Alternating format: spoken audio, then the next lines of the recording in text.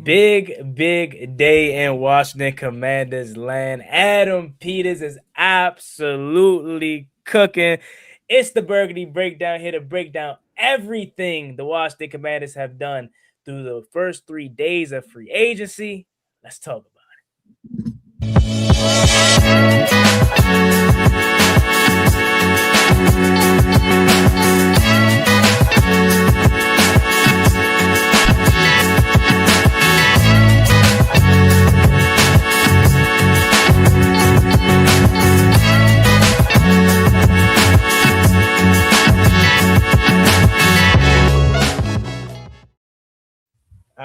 how you know what time it is, ladies and gentlemen. It is a huge day in Commanders land. Shaman Juan Gotti, to my immediate left, John.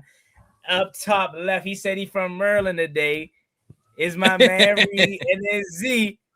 We're collectively the Burgundy Breakdown, fellas. How we doing today? As you know, you can tell I ain't hiding it. Now, for the record, I can never be from Maryland, but I will rep University of Maryland for the day. He said it. Never be from Maryland. The city, he said it, Z. He said it, Z. I ain't just making that up. I'm repping the University of Maryland today. Okay. Respect. I let him clear that up. But how we doing, y'all? It's amazing. Hey, amazing, I mean, amazing. How you feeling, John? I'm excited. Yeah, John. We got new pieces, offense, defense. We brought back some special teams. Adam said, if we're gonna bring the money, we're gonna send the house. And you had to turn a little bit of Shane McMahon. Oh, damn the sound. Pop your shit. Here comes the Come money. on, audio man. Come on. My audio. Not Crash Out Poppy is excited. Hey, money. Hey, guess what? Money don't matter if your money don't talk. And he's spending money, fam. Money on these free agents. Days 1, 2, and 3. Philly, Jaguars, couldn't be us. We spending money out. We got bread for once in our lifetime. We got money. Yeah. But hold on. Speaking about money, shout out Chris Carter 974 for the super chat. Appreciate you, brother. Yeah, we're winning off the field.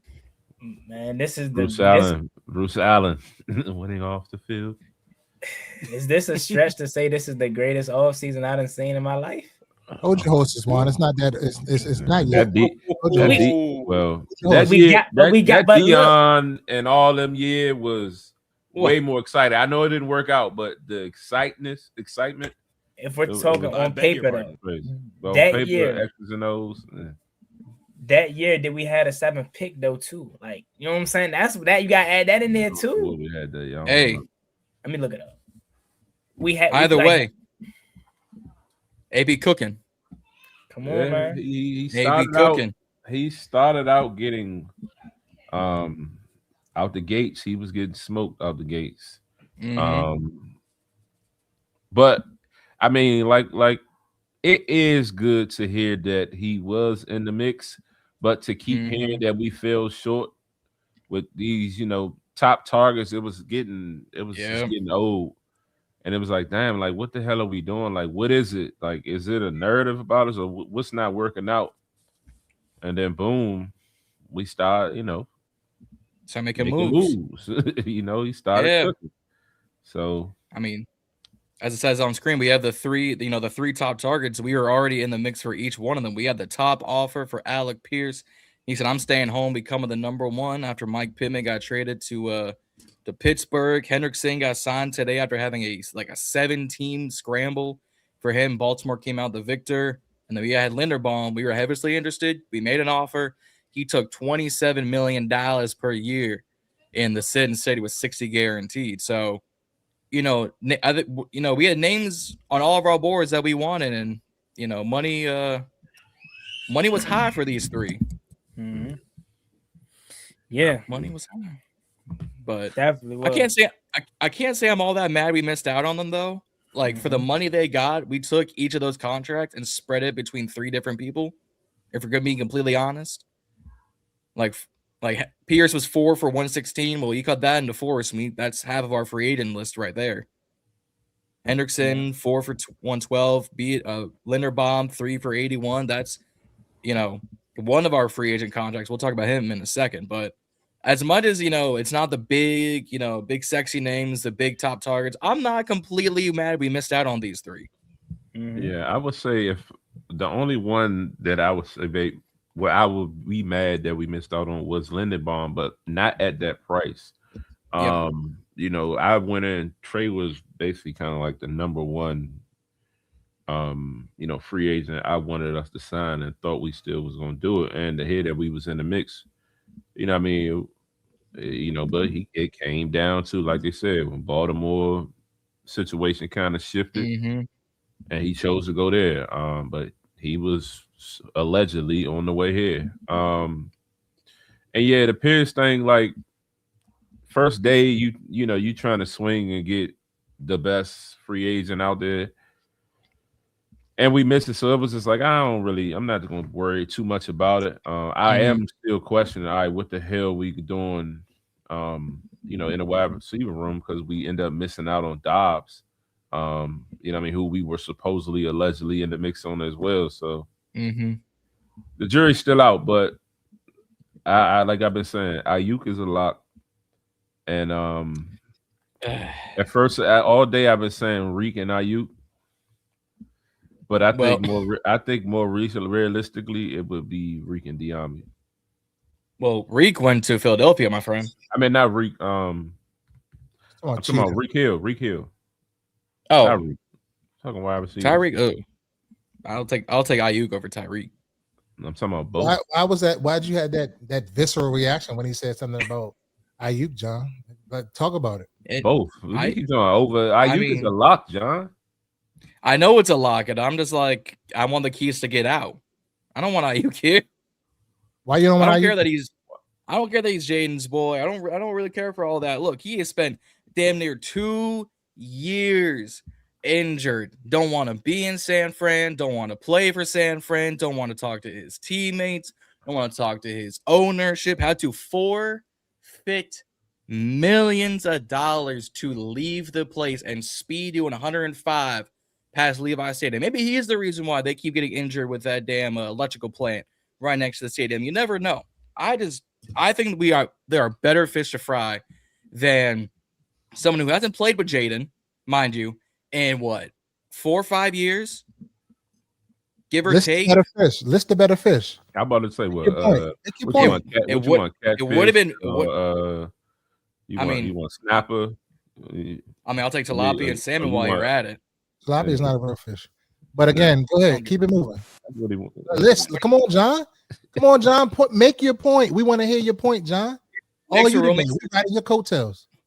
Hey, we were in the mix for Romeo Dobbs. Obviously, didn't get him. We were in the mix for. Honestly, I think we should have spent some money and see what could have gone for Mike Evans at this rate, because he got paid by. Not to cut you off, but this is going to be one of them shows for Reedy today.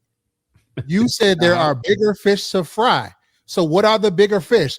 Don't name me some aforementioned players that are off the board. Talk about the ones that are on the board. That's what I'm talking. That's what I'm getting to. If I'm bringing in Brandon Aiyuk, I'm bringing back Deebo Samuel. If I'm bringing in Brandon Aiyuk, I might as well go see what I can get for a Jawan Jennings. If I'm bringing in this man, I might as well go kick the tires on, Van Jefferson at this rate. I go kick the tires bringing in Brandon Cooks. Kick the tires on Marquez Valdez-Scantling. Kick the tires on a Gabriel Davis. Or kick the tires on a Devin Duvernay. I just need other guys. That's a nasty word over Aiyuk. I don't care. Oh my God, you just taking him over Aiyuk. I'll put wanted wide receiver from taking Aiyuk. Why? Give a reason. It ain't what you just said. Why? Like, what you think? What you think he? 2 years on the in the reserve list. Okay. Hold on, y'all are about to kill me for not wanting Aiyuk when y'all were lazy. We're telling you who's better. Talent wise, what does Reedy say every year about this time of year? Weapons. Give me weapons. We argued for that last year. Weapons. We didn't get it. We need to make the right move. Ain't no damn weapons. These is third and fourth receivers. Yes. What are you talking about? Yeah. Now, if you talked about some of the people that were previously that went or whatever, okay, it could have been a a kind of an argument made, but not who's on the table now. And then the whole point about, I'm gonna let you finish your point, but the whole point about the 2 years and then not talking to management, not talking to his teammates, we don't know what was happening in the building, why he was disgruntled. Shit happens every day. Like I was just talking to my father-in-law not too long ago, and he was telling me about he got into it with somebody at his job. He had to walk away because he was gonna put his hands on him. So you don't know what's going on in the building. You know what I'm saying? Like shit don't work out sometimes. The grass ain't always green because we think you making millions of dollars. That is, they just supposed to just be quiet and just shut the fuck up. Life don't work that way. So that's my point, my rebuttal to what you're saying. But the players that you mentioned, they're not better than Aiyuk. I don't want Aiyuk here either. So let me just be clear on that. I'm saying I'm with you on that. I don't want him here. Like a year ago, maybe if we would have traded for him. But if he comes, I wouldn't be necessarily disappointed. But I don't think he's injured like that, like you're reporting on that, because I think that's cap. I don't think he's injured. But go ahead. He might not be injured. I'm just like even if we got it, I'm gonna go here saying, all right, I'm supposed to be excited about this. Like I'd be more excited for Rashad White, and I'm still just like on him. We got him a young weapon, and we'll get to him later. There are phenomenal weapons in the draft. You would have thought this was a full-fledged armory with the amount of weapons in this coming draft. Like I think we could draft one and be immediately better in the third round, be immediately better than what Aiyuk is gonna give us. Debo had 707 touchdowns with 2 different quarterbacks, 1.5 offensive minds, and about 1.5 offensive lines. And I'd still bring him back over Aiyuk. All right. So let me go ahead and chime in on this right here. Because, John, your point isn't wrong. I don't know where Z stands at, but I'm with you and Reedy. I didn't want Brandon Aiyuk originally, right? But as I often do, because I love this team and I like listening to people. So they kind of started to persuade me to accepting it. I was big on not wanting them here for them very reasons that you listed. But like Reedy just said, that just kind of changed my mindset as well. We don't know, just because we see that they're $1 million in a $1 million job and career field, shit still happens. They're real people. You don't know what's been going on behind closed doors. Because when Lake Lewis was on the show with Rio Robinson, he said, quote unquote, there's other 49er players that also feel the same way as Brandon Aiyuk. So, but I did not want him here originally. I wanted us to go after someone else. But like they just said, at this point, he's probably the best remaining free agent, not named Tyreek Hill. And when you talk about other guys, I was hoping you would have been more on the list of like De'Ami Brown or Marquise Hollywood Brown or somebody like that, or just somebody better. But when you start throwing in them other names like Gabe Davis, bro, he hasn't done shit since the playoffs like 5 years ago. That's where I'm like, hold on, I can't necessarily. You said Devin Duvernay, my guy. Like, what are we talking about? That's when I'm like, but your point is you didn't want Brandon Aiyuk, and I was on the same type timing, but at this point, bro, it's kind of like it's inevitable. I don't think I necessarily was happy with it. I just accepted it. Like it's gonna happen, so it ain't like I'm going to root against him, because let's call it what it is. He's 27, 28 years old. Bro, if he comes here and turn up and at the start of the season, I'm gonna be like, oh yeah, let's go. Like, you know what I'm saying? I'm gonna own up to him and say, yeah, I didn't want him originally, but so I get your point on that end. But at this point, like, it's gonna happen. And now you look at this offense on paper: Terry McLaurin, Brandon Aiyuk, whenever it happens, Chigga Conquo, bro, we're getting Jeremiah Love. Like, it's so obvious. We're not in the running back market. We don't have C-Rod no more, who just signed a 2-year. Shout out to my guy. I'm so mad we're not getting him back, but I totally understand it because he just got a bag for 2 years in Jacksonville. Shout out to C-Rod. We literally only have Bill. They're more likely not going to bring back J-Mac. And the only threat to get Jeremiah Love from us is Tennessee. If he gets past Tennessee at 4, he's ours. But that's all I got to say right now. Yeah, I say, John, well, just in general, I wanted Aiyuk last year or whenever the shit started coming about. The way things happened in San Fran, it was a little tricky, but I wasn't really caught up into, what I mean, all the ins and outs and the details, but it does look funny in the light. So, but that's this aspect of, okay, Jaden's his best friend. Who knows him best? Jaden's smart. He's calculated. You know what I mean? He knows what's on the line.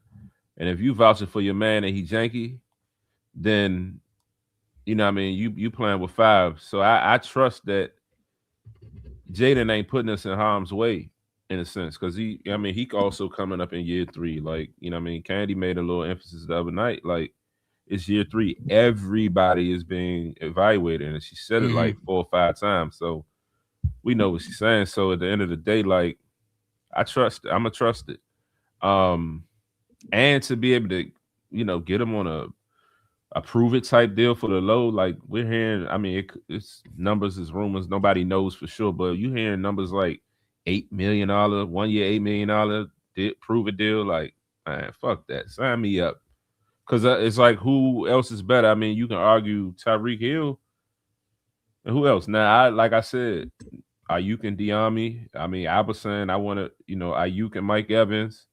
It was always going to be Aiyuk, but at this point, I think the next best would probably be either Aiyuk and Reek or Aiyuk and Diami, and go from there, because we need the speed. Z, I'm gonna go ahead and crush your dreams. Yeah, we're not getting Tyreek. I mean, I know. I'm just saying, like, far-fetched. I already know. I mean, but if we did, that would be fucking amazing. It'd be amazing. Like, that would. All chips are in. That would, but honestly, I don't think we're gonna get him. But also, he's not gonna get signed until like June or July, or like let's say because he's not healthy and no one's geeking for him right now. No. So he'll eventually go. He's gonna end up on a Super Bowl contending team though. Like, he's not gonna go to a team that's rebuilding. At 32 years old, like, and a guy that's already said he was close to retirement, he's gonna try to go to a team that's close to a Super Bowl. I don't know why I got Baltimore in my head for some reason. Like, they always just sneaky doing something like that. But I wouldn't mind Tyreek Hill, but it just doesn't seem realistic at this point. And then how we're moving at the receiver position. But then again, it's like we have been willing to give big money to these receivers. They're just not picking us. Like, even Romeo Dobbs didn't pick us. And as I think Carter said, he's like, and I agree with him, he didn't pick us because he wants to be the receiver one. He's not gonna come here and be a 3 behind Aiyuk and Terry. And quite frankly, that's where he belongs, if I'm being honest. So I'm not mad at him for chasing the bag and going to be the number 1 in New England, but he this would have been a perfect spot for Dobbs. But I don't know if I was willing to pay him 60 or 70 million, however much he got. But then again, like I said, we are at 7. Like, you can get Carter, say you can get Jordan Tyson. Like, there's so much we can do at the receiver position that it's still kind of a lot to play with. If I had to take a guess right now, it'd probably be Brandon Aiyuk, and I do have a feeling that De'Ami Brown is gonna come back. I really do.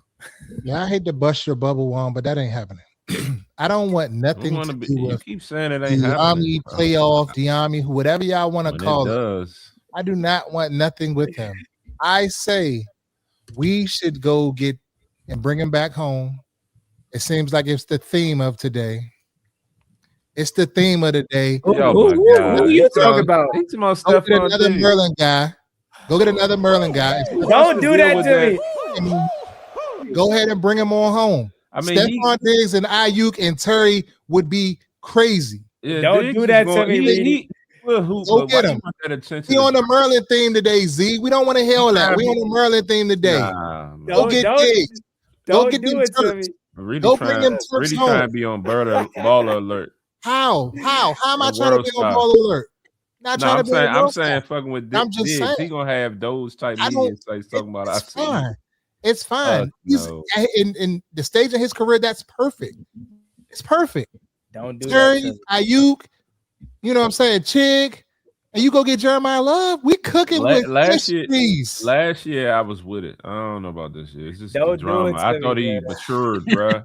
We already in the drama house. We gonna go get Aiyuk. So, well, I guess I can't say nothing because I'm saying go get Reek. So I guess they all got drama. They all got drama.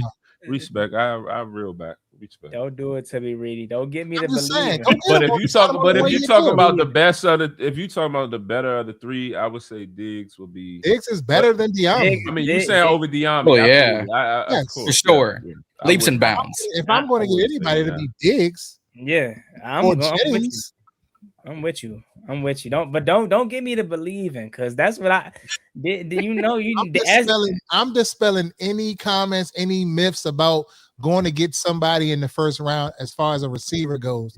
J Love, come on home, J Love. Really been saying this for how many months? Come on home, Love. I ain't about to let you steal the spotlight, Reedy. We all been saying that. No, don't just try to say you. We better stop that right now. We gotta stop that right now because John definitely wasn't sold. Oh my! John, you was straddling the fence a little bit. No, I was not. No, I'm talking. Hit me out. You were straddling the fence when I first said it. I think you came on like a week or two later. You kind of was like, yeah, he right. But when if we go back and pull up the tape, the first time I said it, y'all wasn't sold on it. Y'all was looking at me like I'm crazy. Like, oh yeah, we need all these defenses. Da. What did I say? What did Reedy say? And this is the show that I'm going to do it. Pop my shit. What did I say about free agency? It was going to be a defense fest, right? Mm-hmm. Reedy knows. Reedy knows. Where Mike at? My man Mike at. Tell him, Mike, stop playing. Where Mike at? I gotta find that tape because I don't recall. No, I'm not saying that you said you never said that you didn't like it, but you was giving the vibes, your body language. Yeah, you know how you be like, you didn't say it. Like, I'm just trying to remember. Like it's out there, so I gotta just before I just say yeah I did or I didn't. I gotta because then we know we didn't take Jeremiah Love without Mark because who we take Z? I don't remember. Yeah, I think y'all took Jeremiah Love with y'all took him, but we what's up, Mo? That was after his statement. The initial statement that I said. Probably like 3 weeks after. Yeah. Oh no, I don't know. John still ain't sold. John still ain't sold. So don't come over now, John. Stay over there on that Bailey train that you on. He's not even gonna be there, John. Yeah. Stay on that Bailey train. Stay over there. Don't come over now because the chips fell. You know what I'm saying? Everything lining up a little bit like Reedy said it was going to line up. Don't come over now. Now we don't need you over here. It's Reedy, Juan, and Z. Hey, I'll do whatever I damn well please. Thank you very much. Hey, we signed them pass rushes. John over there ripping sheets up. Fucking Mark. Number 9. All the paper up his. He probably got balled up paper all over his fucking room. Speaking of that, hold up. Speak of an edge rusher. We just signed another one. Charles and former Chief Charles and we reached a 1-year, $7 million deal with the Washington Commanders. Wait, say that one more time. Charles, I'm pulling up. Defensive end. Got another one. 28 years old. From Kansas City. Spots on the D Kansas City. 23 career sacks. Okay, for a 1 year, $4 million deal. Upside of 7. Pull that up, John. Upside of 7. Jordan Schultz. Yep.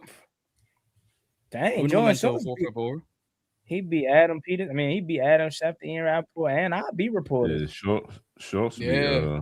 I'm refreshing. I ain't getting nothing from Nikki or John Kime or none of them. They probably like it's a 1 year, $4 million. We ain't gearing. Oh, hold up. Let me zoom this in. One thing I learned from like this stuff like this, the insiders for the Commanders don't be on it first. They're never on. I said that the other day on the show. They're never on it. They get it from the national media guys. Mm-hmm. The Commanders are signing former Chiefs defensive lineman Charles O. We're gonna call him Charles O. So 1 year, $4 million. Charles O. He's a pass rusher. Was he just a D lineman?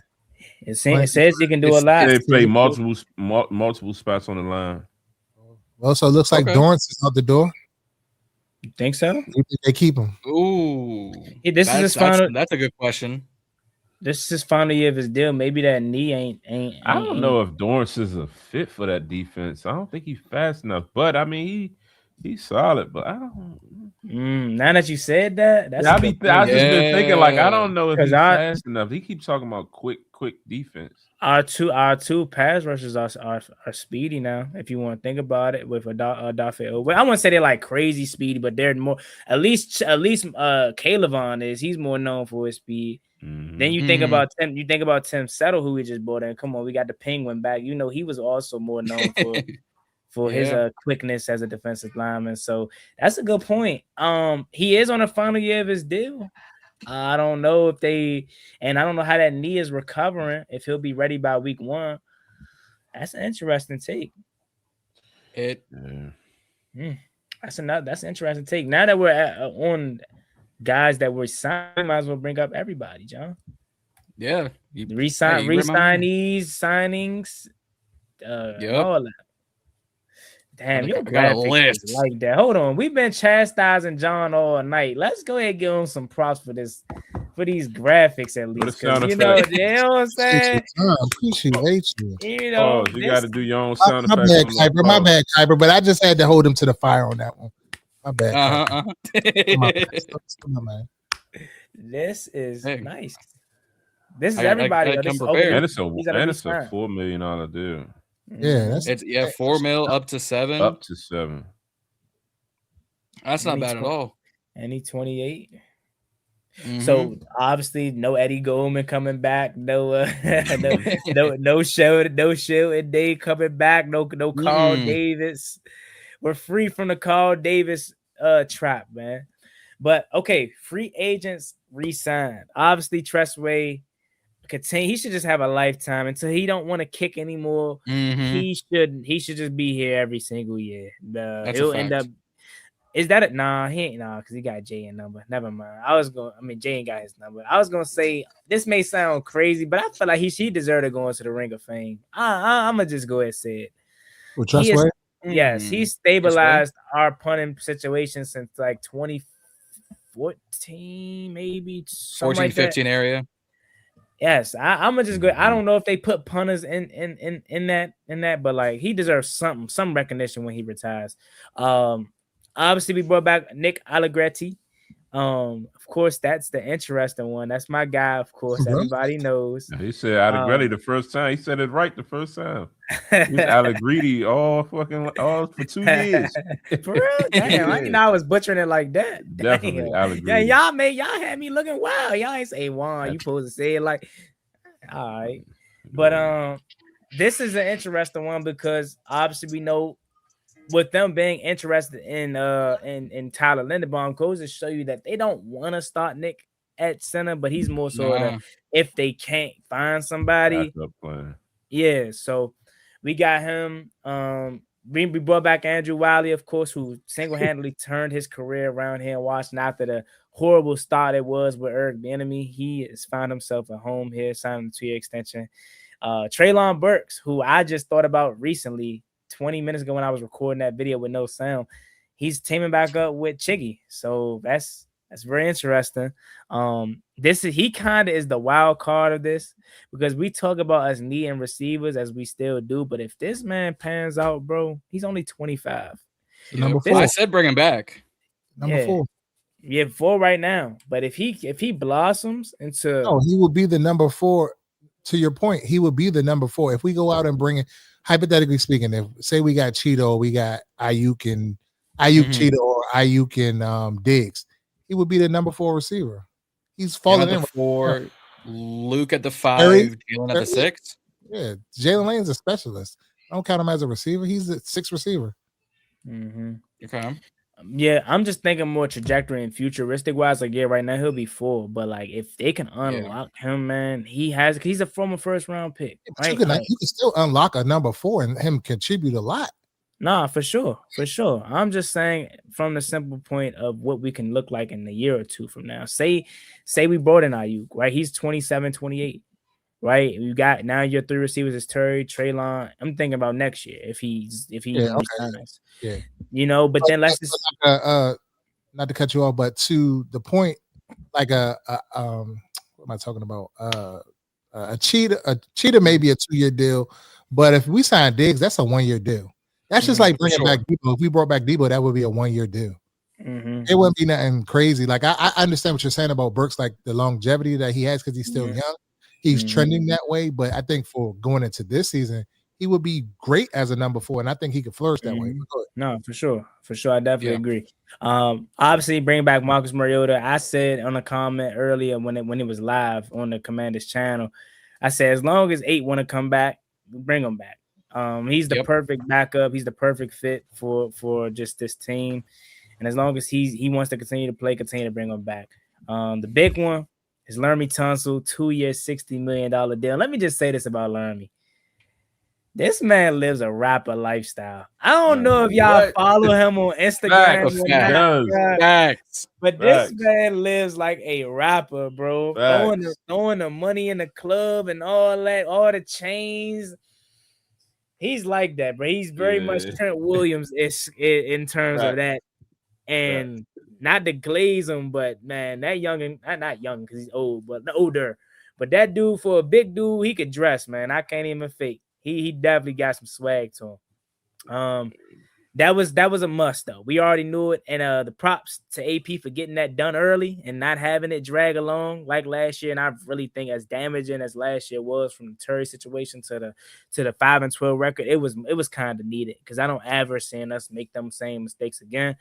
Dietrich Wise, I felt like this was something that we kind of knew was going to happen, even though he only played 2 weeks.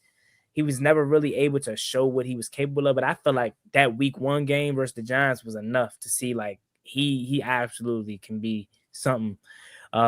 Drake Jackson, defensive end. This is interesting because I definitely think they're bringing him back with at worst to be a camp body. I don't think he's a guarantee to make this roster.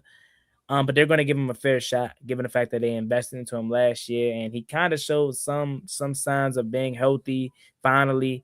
And this is a young guy to add to this defensive end group, who's all of a sudden young as hell, right? We went from Von Miller and Preston Smith and all that to Caleb Vaughn, who's 26, Adafe, who's 27, and I think Drake Jackson's 25, 26 as well. Shy Tuttle, and also kicker Jake Moody, who has the potential to stabilize the kicking game. So those are all the re-signees. We can go to the signings if y'all don't have anything to add to that.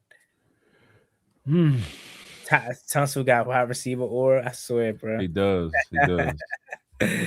He does. Mm-hmm. Who would you say on your list is your favorite re-signing? Oh, for sure, with hands down. I mean, outside of Lermy. Outside of Lermy. Oh, for sure. Y'all know who I'm gonna say. Go get that jersey. Nah, all right, for real. Outside of Mariota too, because you already said it. My bad. No, you already know he's gonna say. He's gonna say his guy. I'm trolling. I ain't gonna say. He better not say no damn Nicky. That's his real name. They call him Nicky. Go ahead. Treylon Burks, without a doubt. For the simple fact of the trajectory of what he can be. If he stays healthy, please, I want to see what he can be. Because again, the age is exactly where we want it to be. He's a former first-round pick. I mean, it seems to me he has the confidence. It seems to me he has the confidence because he said it in the the little podcast they do with there's the next man up or something like that. He said it was disrespectful to have one-on-one coverage on that play where he caught the one-handed pass. Like it seems like that confidence is growing, man. If he can get that health down, I really think we have a strong chance to have, let's say, a receiver 2 of the future, man, because obviously we know I think Terry still got a good 3-4 years left. I know a lot of people want to push him out because he's 30 plus, but he's not your average 30-year-old guy. He literally came in the league at 24, 25. So Terry got a good 3 years left if all things go well. Then Treylon's still 25.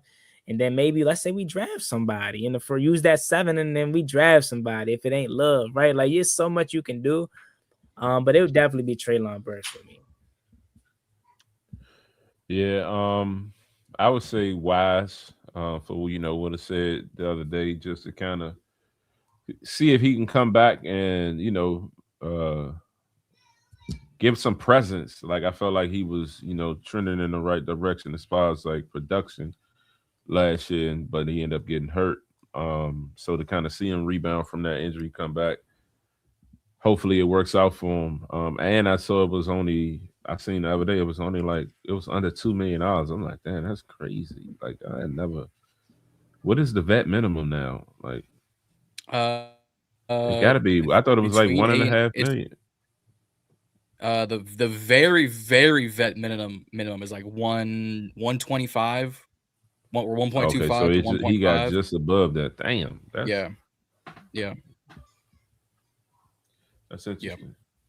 But I mean, sometimes it also depends on the position. Like sometimes vet minimums for a receiver would be like $6-7 million, and you're like, damn, we paid him that much. You're like, oh no, that's just vet minimum.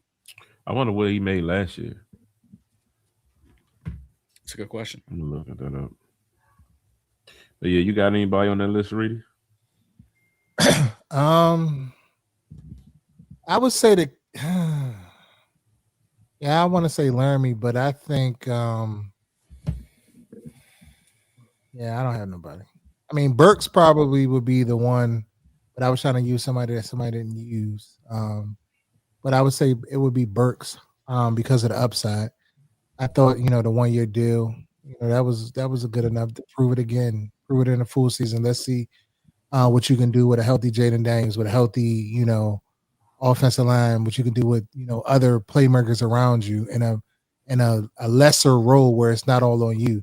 Can you come through on third down? Can you come through, on those underneath or in the goal line? It's those situations where we need to use your bigger body. Pause.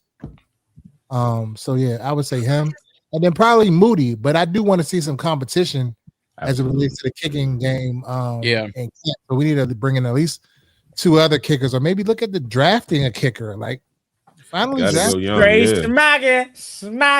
Trey smacking. Come on. Where is he projected, John? Reedy and Z and the Burgundy Breakdown. We do not condone anything talking about somebody that name. Go ahead, bro. When smacking, bro. Okay, so when smacking bang it home from 60 to win us the Super Bowl. Man, it's crazy. Now, where is he, John? Where is he mocked? Off on that one. Where is he? Kicker.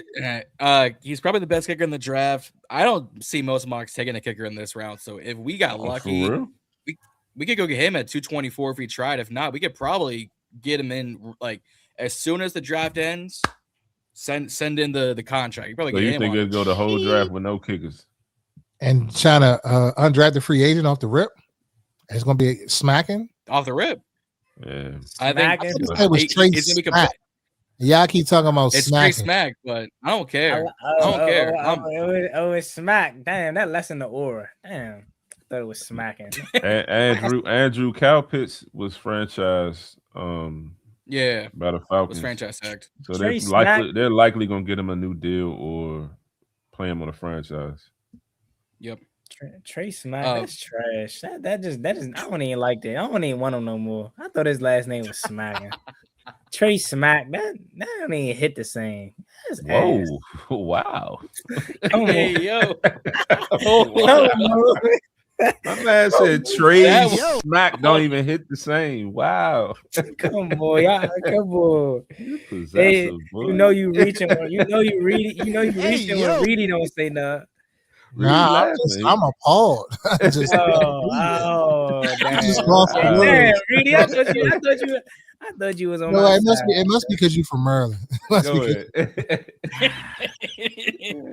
Hey, I was born in Washington. I was born in Washington Hospital Center and went to Oweh. So what? I feel you. I understand what you're saying, but you said out of your own mouth, you consider yourself a Maryland nigga because you grew up in Maryland. You just was born. I am. I'm trolling. I am. I am for sure. He was born. I ain't ducking it, but that ain't no such shit, bro. He was just selling Maryland. Bro said I'm from Virginia. Said I'm from Virginia. That fell out good. Go ahead. I won't bang with the Commonwealth. They be them troopers is crazy. They vicious. But yeah, so like I had another question because is everybody out on Debo? I'm not. No. He was on my list. Yeah, I'm I'm not say. At a I'm lesser, not really out lesser on him. amount. Yeah, I'm not really out on him, but it's like I do want I know 20 million. more speed in that room. Yeah. But I mean, there are still worse. Like I said bring Diego back a while ago. But does he fit in this offense? Probably not. Yeah, it's don't Probably seem not. like I'm not gonna say yeah, like his style of play, maybe, but him specifically might not. Maybe Debo from 2019, probably, but Yeah, like. So my question is to the comments. They're talking about he don't fit the scheme, but like, what is the scheme? We don't know. It's a variation of multiple schemes, so we don't know how his specific scheme is going to piece those variables and those pieces together. Like, so we can't say yet. We haven't seen it yet. Now, once we get the training camp or a preseason game or something like that, then we can make those determinations on who doesn't fit and who fits and all of that. But we don't know. It's just speculation. Yeah. I like that right there. What? I don't know how to pronounce it, so I ain't What gonna it say say? it. Y'all see it. Merlin, DMV back. Y'all see it representing Look at the Diggs. We'll bring University of Maryland Diggs on home. Diggs gonna have the Commanders game looking like fucking BET Awards or some shit with him. As long as he produce on the field, I don't care what he do. Me neither. Stephon Diggs was like my favorite player before we got good players. So I'm always rocking with SD. John, you got good players. You got the graphics for I am updating it as we speak. Oh man, okay, you working? Because hey man, my computer trying to yell at me, and I said, "Shut the fuck up."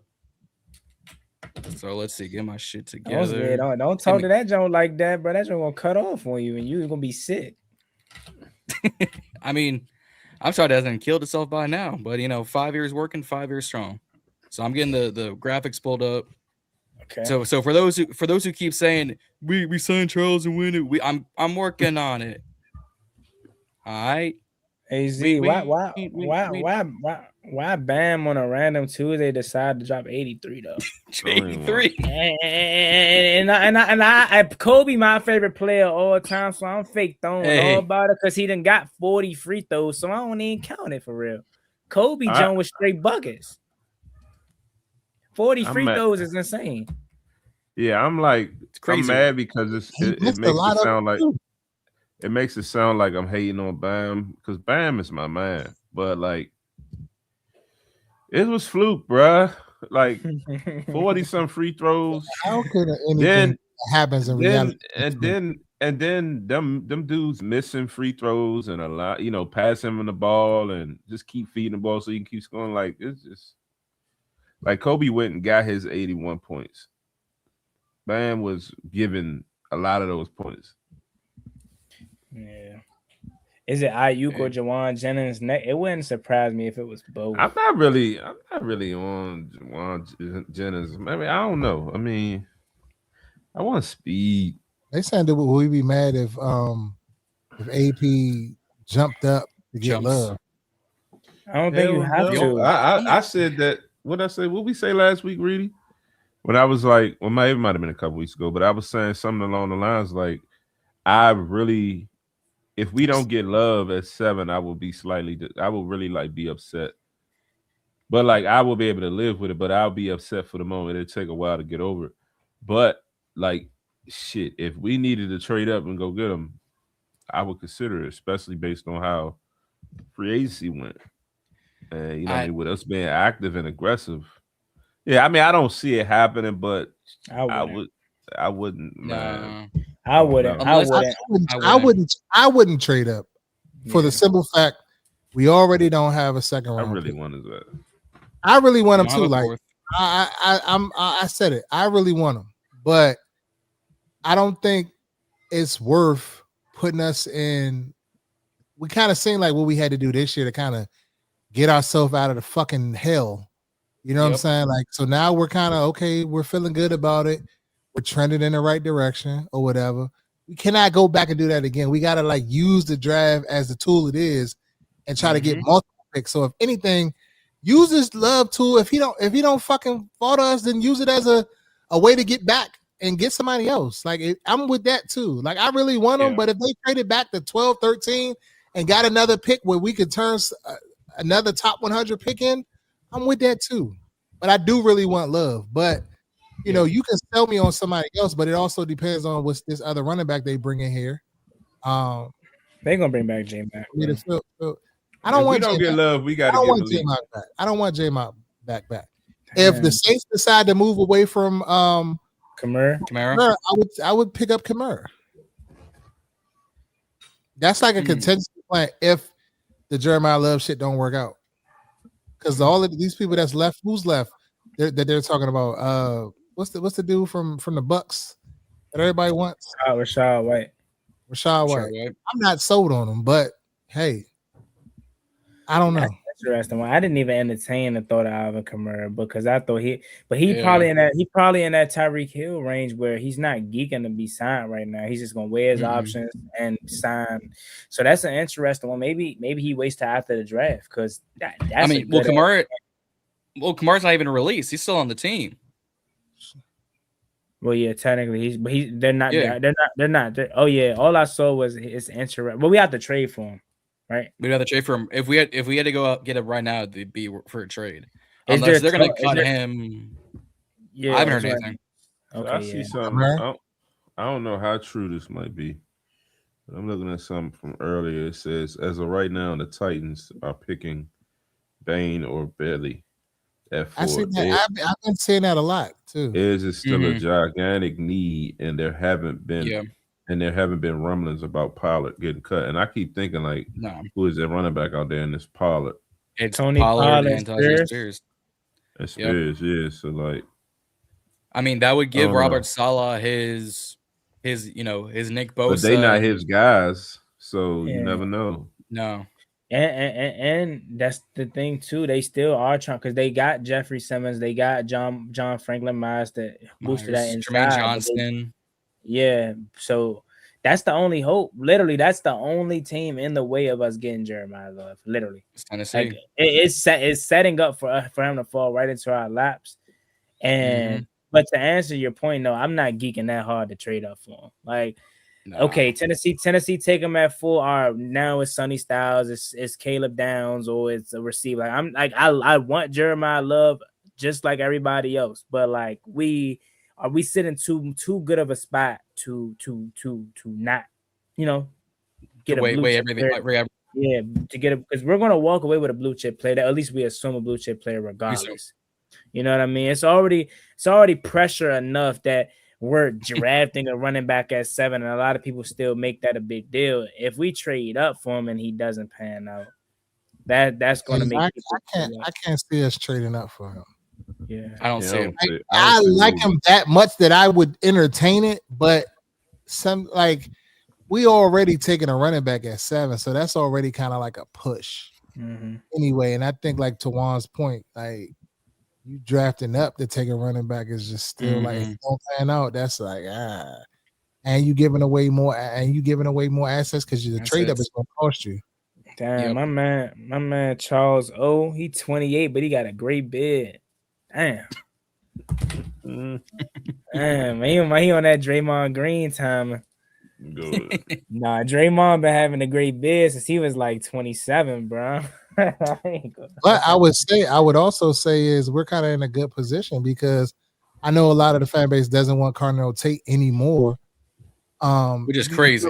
And you're in position that you can either go Downs, you can trade back and still maybe get Downs, or Tate, or the kid from Arizona State, Tyson. I don't know if this draft, unless you desperately want picks, I don't know if this draft is worth trading back for, unless you solely doing it for picks. Because that's what I've been saying. I would do it for picks to get more top 100 talent, because that's what we like. If the name of the game this year is getting younger and faster, we still have to do that across the board. We need another receiver. So but I feel like they missed the game changes too. Look at the Bears, what they did the last couple of years. They had all of them receivers, but they still drafted people. Mhm. Then they drafted the tight end last year. So it's like they're constantly getting younger and younger. And then this year came, they was able to get rid of the guy, the receiver. I forget his Yeah, they name. went more. Yeah, DJ TJ Moore. Yeah, they Moore. went Buffalo. BPA. Yeah, they went BPA. Mhm. So like that's the name of the game. Like if you can get back and get more, then why not? Yeah. You can get it, turn that into another a second or a late fourth or something like that. Like why not? I don't know what the book answer is on the value going back to like 13, 14, whatever range that is, and you can still get a nice blue chip player because something crazy is going to happen at the top of this draft that we don't know. Every year something happens. They don't go as planned, as all of the mocks predict and all of that. And it's 2 or 3 people that's on the board that nobody thought was going to be on the board. And it's probably gonna be one of them pass rushes. We assume all them pass rushes gonna be gone. What if somebody jump up and grab Sadiq early? Kenyon Sadiq in the top 6. Do y'all Someone think said he he's didn't go in timeout. I might have to agree with that. Is he a guy that we should look at? I haven't looked at him, but is he a guy that we I haven't. Nah. I mean, we got Chig I now, haven't- so Yeah, now that we got Chig, Chig, Chigs I in mean, you it. had some tight ends. He- Shit. nah, they they ain't still gonna got get fifth. that. they still got Senate. Yeah, you got Senate. Senate, Again, Bates, and I mean, I hear that, but they not. I hear what you about to say, Reedy, but they not just going. They probably would just let him ride out his rookie contract. They not just gonna give up on him and know before that 3 or 4 years. I don't see that happen unless he's just some pure shit, All right, which can we- it don't seem like he is because he still got on the field. He just didn't produce or get any targets and shit like that. Yeah, okay.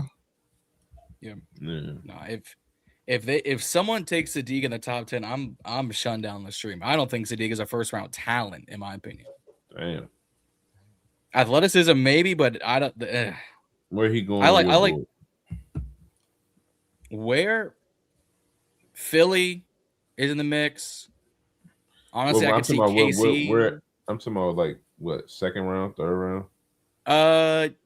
I'd go mid second in my total opinion. Like I think That he's ain't too athletic, but I'm just like it just doesn't like I like Eli Stowers. I like Tanner Kozoyo, so a couple of guys here. Like I So agree. you like Kenyon guys Sadiq over is him. You good, don't think but you don't think he's gonna be the top Mhm. tight end off the board. I like some guys over him. all I like right. some guys over him. Gotcha. But again, that's just Gotcha. me. That's just Gotcha. me. But Now, anyways, shit, but if I mean, Sonny Styles or somebody's falling and somebody's geeking to come up to get love, and you can grab him and a second and maybe something else. Shit, honestly, I got Styles going. if someone I got the got Giants getting a Styles receiver. going, yeah, I got them going receiver. I got Cleveland and Arizona going offensive line.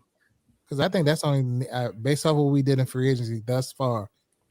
I feel like I'll be okay with what we have at defensive line. Like I don't think we need to go edge. Yeah, I definitely think we need another linebacker though. So like that's what I'm saying him. Or if an Yeah, Ava Reese I or think- somebody falls, then I would definitely turn in the card on him. Mhm. I think if we win, Mansour Delane, the cornerback out of LSU, pair him up That with too, Amos and that Mikey too, as that too. there's Yes. your 3. That too.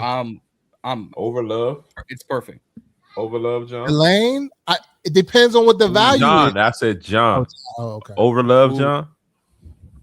He would go. I think the way it goes right now, Love is the 1, Delane would be the 2, the board fell, no edge rushers. He easing on back home, Reedy. He easing on back home. He trying, Hey, he trying to can put we, this someone is gonna fall. They what's I gonna say? I'm just gonna be honest, and then John, we could pull back up the free agents because we actually didn't cover them. the way that this defense is set up, again, this is we assume it's gonna be some sort of how Brian Flores' defense is ran. Deontay Jones is gonna probably do things very similar to that, and in his defense is the main key points of the success of the defense is your linebackers, your line and your safeties. Not saying we shouldn't invest in cornerback because clearly we did, but they don't care to have top tier corners. I'm not saying because we got a Meek Robinson that you don't get Master Delane at 7 or trade back and get him. I would be all for it because I would love to have 2 boundary corners that could be potential shutdown corners. However, I don't necessarily see them going that route unless that's the best player available at this point, because Meek Robinson's coming in forcing turnovers. That's what they want. Mikey Sanders still has forced the most turnovers in 2 years. Like, and Trey is the prototypical number one corner that we think he could potentially be. And that, like, I'm not saying that's all you need, but look at their corners in Minnesota, bro. It's Isaiah Rodgers, it's Cam Bynum, it's Byron Murphy, it's older Stephon Gilmore. Like, you know, so not to burst the bubble of saying we shouldn't get Master Lane. I'm just thinking more realistic of how they're setting this thing up. Like, Devontae Jones handprint is all over Meek Robinson. Like, pause. But like, that's literally the reason we got. He's saying up close and personal for 2 years, and this man literally twice a year. This man literally forced 3 fumbles last year in one game. Like, I understand people are so highly critical because I can't stand. I'm not trying to say like I know everything about ball, because I don't. But I hate people that don't watch players and just say, "Oh, 110 out of 114 the Pro Football Focus, oh, he's trash." You gotta don't watch him. Watching film, watch the games. But a lot of people only watch the Commanders. So I gotta understand that. But we played the Lions this past year. Yeah. But I digress. You can pull up the free agents. Let's get back to it. I mean, we can. You know, he's at the top of that list. Meek Robertson on a 2-year, $16 million contract, 9.3 guarantee. My man said you can't bury something that came from the dirt. You can't bury something that came from the dirt. I love that mentality. A lot of people was pissed off when we signed him, bro. And I'm just like, I wasn't. I kind of liked it. I'm interested to hear Reedy's take. So my thing is this: I'm just going to pose a question to y'all. I get, since you gave me the floor, I appreciate you, Juan. What do we do with you got Revo back there, safety? I'm talking about safety. You got Nick Cross, you bring him in. You got Will Hurst coming back. What are we doing with Quan? Like, what? Like, is Quan a cut candidate at this point? Casualty. You see, not a casualty, but yeah. Could be. Like that's what I'm like looking at right now. Like, out of all these signings, okay, I see like the Tim Settle, that's a depth piece for the D line. Jazier Newton, like, your days are numbered. This is going to be a big year in year 3. You know, you need to come together. You know, edge, we kind of figured that out a little bit. You know, Dorrance Armstrong. You bring in another DN. You brought back who do we bring back? The Dietrich Wise. You know what I'm saying? And Jackson. Brought back Drake Jackson. So it's gonna be interesting. Like, and that safety position is like key to me. And then if in a crazy scenario we do bring in Caleb Downs, for instance, hypothetically speaking, for the hypotheticals, like, what does that look like for Quan? Is he off this roster cut? Like, how does if we get Caleb down, and if, mind you, it is a fantastic safety draft this year. It's one of the best safety room classes in the past couple of years. If we pick up one, or if they say, hey, it's Nick and it's Will with Revo and Owens in the back, Quan can hit the Quan his way out the building, for all I'm concerned. Okay, John, you know a little ball, John. You know a little ball. Hit the Quan out the door. Okay, John, I like that one. You got a little seasoning to him. Okay. Z trying not to laugh. That was a good one, John. I ain't gonna hold you.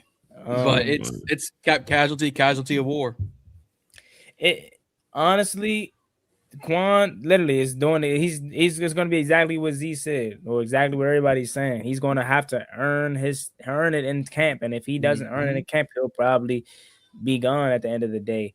More like, you can think about that now, because bringing in Nick Cross and having Will Hurst, but it's going to be a complete, like, confirmed, especially if we draft Caleb Downs at 7. You know what I'm saying?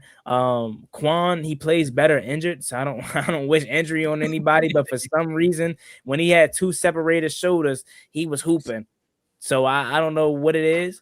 But I definitely could see him on his way out. But at the same time, to some people's eyes, Will Hurst isn't a starter. They view him as a backup safety. So maybe what if Durante Jones truly believes in Quan Martin's ability to untap his potential, because we're not going to sit up and act like he does not have the athletic potential to play. It's just he's not quite good mentally. He makes mistakes on the back end, blown coverages, missed tackles.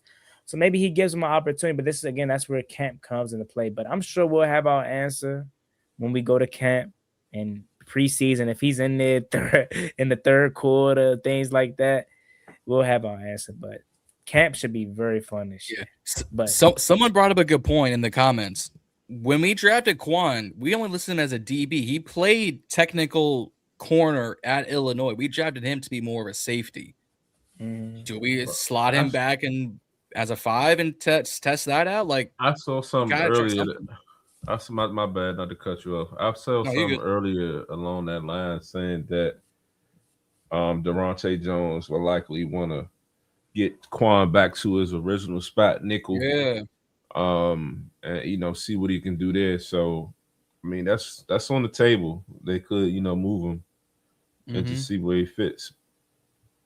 But I with the versatility across, they saying he free and strong in the box. We already know, Real Hers. I think last year Real Hers lined up at both. I feel like more strong. But I mean, more strong. But I feel like he might have lined up a free couple. Maybe I'm wrong. He might have floated for a couple of snaps, but mostly that strong. Yeah, but then again, like, what do you do with Tyler Owens? Like Tyler Owens was somebody that Durante Jones mentioned in the interview. So it's like, you got to think about that aspect of it as well. But also too, maybe Percy Butler, strictly strong. I mean, strictly safety. Strictly special teams, or on his way out. No, hell no. Percy Butler is going to be here forever. I was just thinking about Kane Madrano as a guy that's can play linebacker. Has talking that speed. Has trouble tackling. So put him on the back end. Just let him cover a little bit more. You know what I'm saying? Like they said he was a safety in a linebacker build coming out of college. Yeah. And then I think guys are gonna be talking about linebacker. Like, now that y'all bringing up the conversation, I'm thinking Jordan McGee. Maybe we don't need these pieces on linebacker. Maybe it's about to be the youth movement, and we're gonna see what we got. You know what I'm saying? Yep. Might be a shakeup.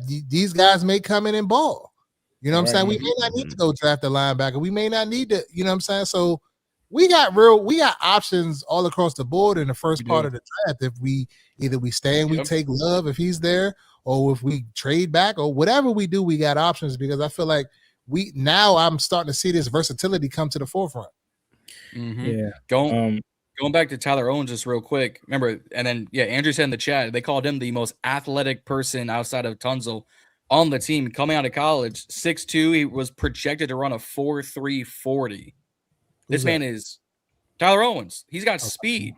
Like I've seen some of the practice, like some of the film on special teams. He flies across the field. I'd be tempted to see what he could do returning the ball. Just to like throw him in camp, see what he can do.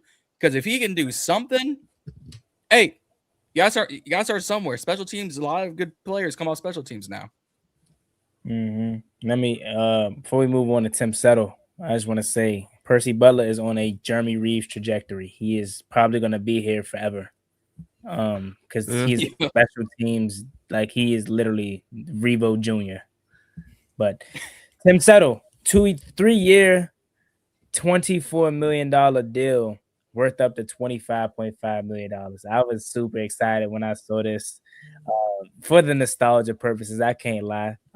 He has been playing really well in both Buffalo and Houston, quietly. But that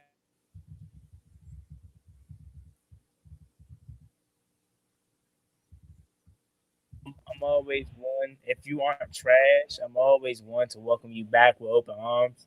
And I think he's going to be very, very, very, very good in the depth purposes. I don't know if this says much about how they about Johnny Newton, because they also brought back Shy Tuttle to maybe give him an opportunity to compete for another depth spot. But we're going to speak best case scenario. He'll be behind Javon Kinlaw, Deron Payne, of course, and then him and Johnny Newton will be the next two up. And I think he'll be able to to create some pressure and get into the backfield quite often for us. So I was very excited to bring the Penguin back to DC, man. Tim Settle was one of the original Z guys. Definitely was happy to see him come back here. You know what I mean? I think he was definitely a fan favorite as well. When I remember and recall the situation being when he left, it was one of the situations where he went and got a better deal with the Bills. You know what I mean? We Ron didn't want to pay him, and you know he went on his way. He had a little production at least the first year with the Bills. I didn't really follow him much after that, but was definitely excited to see him, you know, get back here and just add. I was telling Reedy like this is getting a guy like Tim Settle is better than, you know, I know guys like Sheldon Day, Eddie Goldman, a lot of those other guys kind of like, you know, filled roles. But like Tim Settle is an upgrade from them guys. So, you know what I mean? I was shocked to see him get 24 million. But hey, they might got plans for him. So it's a wait and see. But I was happy to, you know, see Settle come back. I agree. Yeah. I agree. I don't think Reedy was so much happy though. Probably not. Probably not. I don't want no retreads. There's still a note out of Z's book. Go ahead. I mean, they were saying he was producing in Houston before he got injured. So yeah, that's what I heard. Yeah. I mean, if you look at the stat line, it's not too promising, but I feel like he does a good job in keeping linebackers clean and stuff like that. So I mean, taking pressure. I mean, if you can manufacture pressure and it can lead to sacks to others, then I'm cool with that too. Yeah. I'm glad you cleaned that up because Tim Settle's never been a guy that you look for towards stat sheets. He's always been. I'm talking about tackles in the run game, anything. You ain't got to have a whole lot of sacks to be disruptive and stuff like that. If you're disruptive, you don't remember. You don't remember when? I don't know if y'all had this same. Never was sold on Tim Settle. He had some flash moments, but he never was a reader. Damn, for real. Never was a reader. I know I used to be on trending. He was trending. That's how he was able to go elsewhere and get a deal. He was okay. He wasn't like he reminds me of Johnny Newton, what he's done thus far. No, he was better. No, he was better than fucking that settles better. He was better than Johnny Newton. By a mile. I mean, look, remember, I don't know if y'all had this same mindset, but it was so good to the point where we used to, like, when Matt Ioannidis and Tim Settle came into the game, it was really no major drop-off.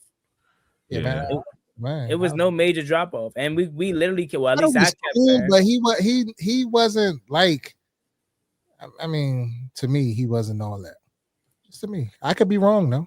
Hopefully he changes your mind. Still 28 years old. Mm-hmm.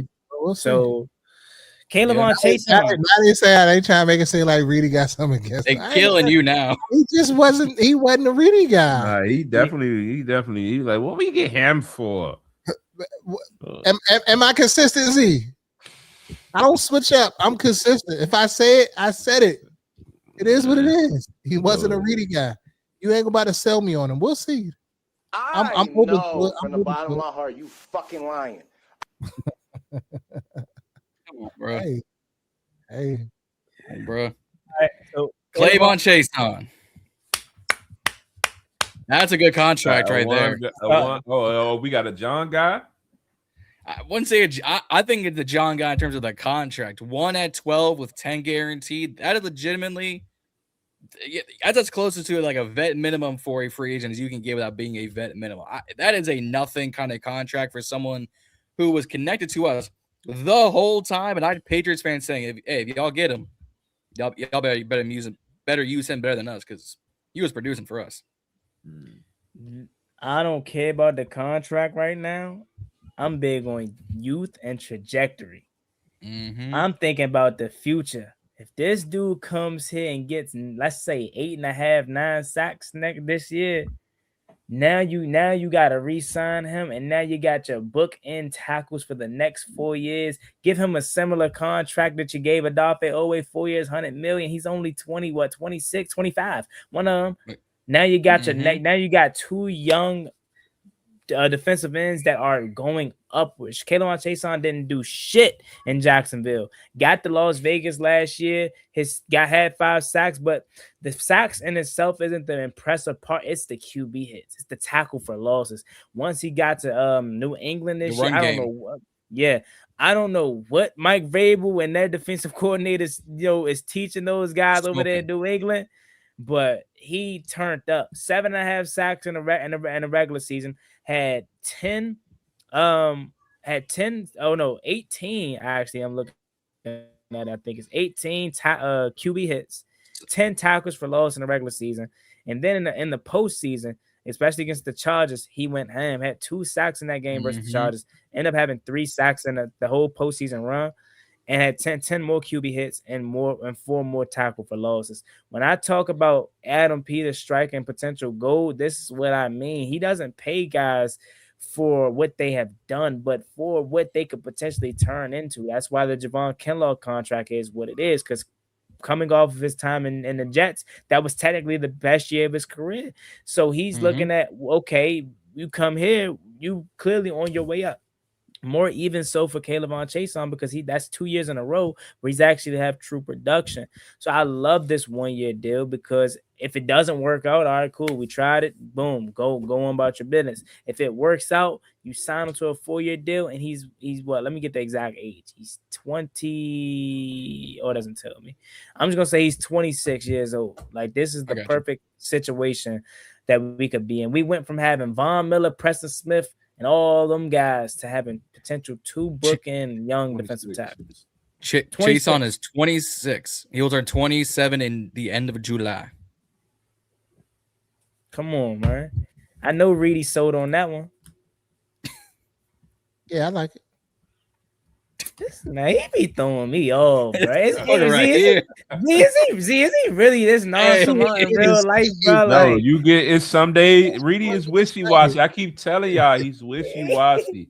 Some days you get the talkative Reedy, the excited Reedy. He can't. You get the Reedy and be like, he sold me a dream before we got on live. He's doing all this. I'm thinking he about to come. And then he talking about. And then when John was talking, he like, yeah, this is about to be one of them shows. Like, I gave y'all my hits. I gave y'all my Reedy. Y'all want Reedy to create fireworks for everything. I ain't got it fireworks for everything. You know what I'm saying? Reedy knows.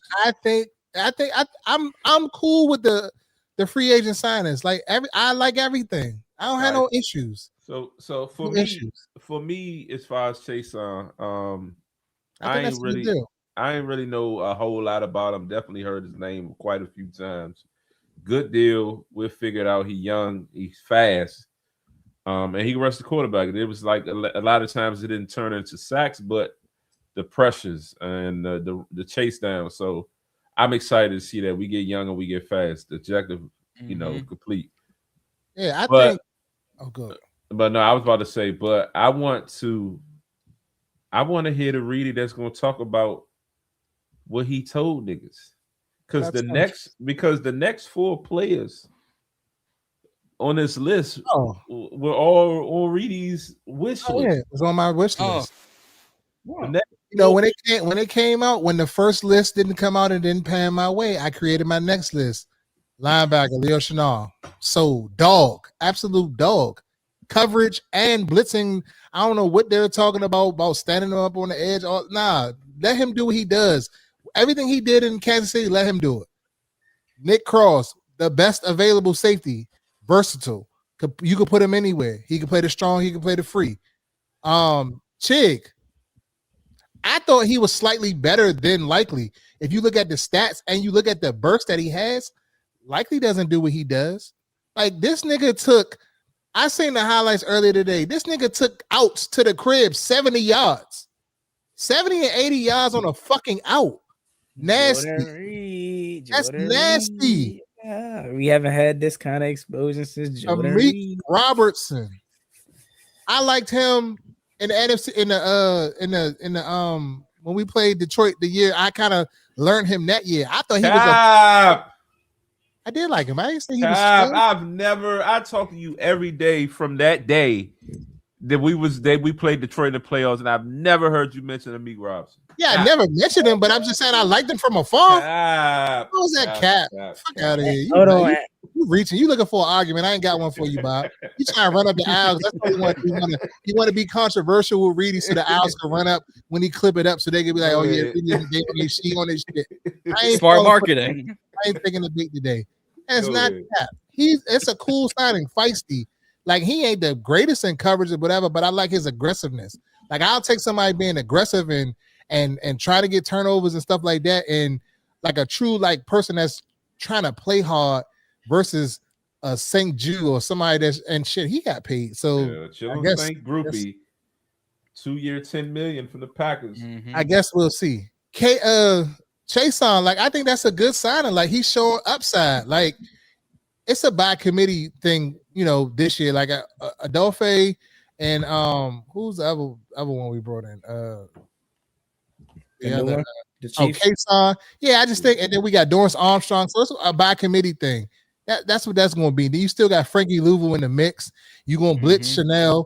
You got all of these other guys. Mikey maybe we don't know. He may be coming off. He may be coming off cross. So like you can manufacture pressures and stuff like that. And one of the things that Jones said was it don't matter where you start, it's but where you finish. So that means it's going to be pieces moving around everywhere. So it's like just because he's out there on the edge or somebody in a certain spot, that don't mean they're going to be that way. I think he's going to disguise a lot of things. So I'm happy with this free agent signings. Now I think there's some more holes that we got to hit, as it relates to wide receiver and offensive line. We need a guard. But we'll see. We'll see. But I mean, I'm cool on like I said, it's sneaky. It's a nice little sneaky. Like it wasn't, spending big. It was just right. I feel like all of these contracts are reasonable contracts. There's no reaches really out there to me. Like last year, we were saying Javon Kinlaw was a reach. Like I don't look at these contracts based off where they've been trending. Like if you talk to the Baltimore fans, they would say Oweh is a reach, like because they was like $100 million, and I was just like, you got to know that you're going to pay on the open market. It's going to be maybe a slight reach or whatever, but they're looking at it when he was with him. But he's been ascending since he's left them, so I don't think that's to me a reach. I think it's right on par. And that Oweh contract, so $60 million guaranteed, that makes it $15 million a year. Well, by the time we figure out what his signing bonus is, roster bonus is, what's going to be created in cash, that number goes down from 15 to 10. So called $10 million a year. That's the same money we gave Chaisson guaranteed. Now you got two guys, one for 4 years at 10 a year, with probably a $15, $20 million signing bonus minimum for Oweh to lower the cap hit. Like it's not a bad contract when you break down the numbers. It looks big and fancy, 100 for 4 for 100, 60 guaranteed. But when you look at the cap, it's probably going to be anywhere between 9 to 11 mil a year. That's not bad for this free agent market when Phillips got 120, Hendrickson got 112. Crosby is going to get something. Yeah, I'm not gonna lie. I would have been pissed that we paid Jalen Phillips $120 million. I think out of the whole pass rusher market, we got the best one. And I mean, if you want to throw Trey Hendrickson in there, okay, I get it. But like one of the top best guys, Adolphe Oweh, for the perfect contract, as Reedy said, you're going to pay something. It's a premium position. Right, it's pass rusher. You're going to pay a little bit if you feel like it, and that's Baltimore, right? He didn't do nothing with them, so of course they're going to have a different perspective. But I got it. Like one of my closest friends is a Chargers fan. He was like, he said, "Fool," he said, "This what we on one got." He showed me. he was job blown that we took Adolphe Oweh because he wanted him back. Like so it of course like the perspective is going to be different. But man, I think he's been killing free agency, bro. And then we got a Chiefs fan there. He told us congratulations on Chenal. I'm calling him Chanel until they change it. I like it. I like saying Chanel until they say it's Chenal. But man, that's probably the most electrifying signing. Well, for me, it'd probably be Chiggy. It probably be Chiggy just because. But Yeah. like, if we're talking about like perfect, electrifying, bro, he's a 2-time Super Bowl champion. Been playing next to Nick Bolton for since he got into the league. He's 25 years old. Like we have a linebacker of the future, like literally, bro. Yep. And imagine if Jordan McGee can be what we assume he can be. Hey, bro, that position is Bro. locked for the future. He said we're saying it right. Okay, cool. saying it right. see a And it's comment. No, go Good. ahead, John. My bad. Go ahead. I was gonna say that, and the Chenal contract is a light contract. 3 for 24 and 3/4, 12 guaranteed. That's $4 million a year we're guaranteed, Leo. That is a rookie contract if you want to think about it. We got him for cheap in my books. Mm-hmm. Yeah, that's facts. But think about it too, and this is why it's kind of good. Like this is why I'm talking about his age and his contract now, because if he balls out when he's ready to get paid at 28, now you gonna have to pay him some big shit. Now you're gonna have to really pay him. That's why it's like it's a win-win situation, because if he doesn't pan out to the perspective of you want him back, okay, you had a solid 3-year run with him. You didn't really have to pay him no bread. However, if he turns out to be one of the best linebackers in the NFL, I'm talking on that Fred Warner level, you ain't gonna think twice about paying him however much he's gonna want at the time of being 28. And if you pay him in year 3, you can lower the cap hit because you can just put more money on the extension, saying, "Hey, we're giving you a signing bonus now to take the cap off later." If you do it in year 3 of that contract, that now just perpetuates the money for another year to be like, "Oh, we got to take this big old cap and we got to pay Jaden, 5 banks and the Kingdom of Saudi Arabia to keep him in Washington." So let me pose this question, since we kind of went round robin on this. Like, so what's next? What's next in free agency? Like, what do we do next? Before you say that real quick, I wanted to address this comment. Somebody said Cleveland could make Louvu a free agent next year. How you feel about that, Gotti? He's already a free agent. He's going to be a free agent regardless next year. So, I mean... basically, let him walk in a sense then. I don't think Caleb would. It'd probably be Leo Chenal, if anything. I mean, unless they plan on using Louvu more as a pass rush. But I'm gonna be real with you. I think Louvu is about to have a monster year. Like I really think that too. Like 24 Louvu is about to be back when he's playing free. Like again, I don't have no evidence to support my claim or whatever. But my theory is that he was so good in 24 that they said, okay, he probably can handle being more on his plate, thinking more, expecting more out of him, as they should. And also the scheme probably just wasn't a good fit for him. But I think he's about to be utilized. Don't have to think. You're free. Just go out there and just be loose, play fast, and just be physical and do your thing. I think he's about to turn up. So if anything, it would probably be, and I'm not even gonna say it's gonna be Chenal. It's probably gonna be Jordan McGee. If Jordan McGee is turns up and he's absolutely what we think he can be, as we've been hyping him up for the past seems like forever now, that's probably gonna be the guy that's gonna push Louvu out, because now it's like, all right, Louvu, you ain't old, but we kind of don't need you. So, and you are 29 at that point, so it's kind of getting up there. We can, and then we still got Kane Madrano, like, so. I hope that works. Huh? I was gonna say, I hope that works. I do too. I don't want Oos to go, but I really don't want him to go. But I understand the business part of it. No, I'm talking about not the Oos part. I'm talking about the McGee part. Oh yeah, for sure. We've been hyping him up way too long. It has to work. And we've seen flashes last year, but it's just about having the coaches put them on the field. So, but the last two, we don't have to talk about the Chiefs one because we kind of did. But Nick Cross, somebody brought up Nick Cross too and said the same thing I was saying about Caleb or Leo Chenal rather, is the same thing about Nick Cross. Nick Cross is 24 years old. Yep. And he never, when I mean never, or should I say rarely, came off the field in Indianapolis. Like, this man played damn near every snap for the Colts when his tenure in there, and he was pretty solid, man. He fantastic in the run game. Mm-hmm. So you think about that in the aspect of shit, man. You draft Caleb Downs. By the time it's time to pay Nick Cross, he only gonna be 26. If he is obviously still, if he does turn out to be damn good. And I'm not saying that he's anything like Cam Curl, but I just got a gut feeling that Adam Peters slightly regrets not extending Cam Curl. Cam Curl just got him. Huh? That wasn't on him. He was No, gone. No. Yeah, that his contract expired that year. Their first year in, they were in place and they chose not to sign him. Yeah, that was on him. Okay. They went Jeremy Chin. Mm-hmm. So my theory that I'm thinking, if Nick Cross anything that we think he could be, he's gonna be 26 by the time his next contract up. Boom, that's another 4-year banger that you could have. And then, like I said, if we bring in Caleb Downs next to him, now you got your 2 linebackers set for the future. You got your 2 safeties set for the future. Hopefully Trey pans out. Now you probably gonna need another corner because I don't think Amik Robinson will probably be back after these 2 years. Not that he's bad, but what is he? 28, maybe 29, something around there. Give or take. It's a lot that you could do, and I think Adam Peters is setting these contracts up like perfectly. Oh, for sure. It's very strategic good. Yep.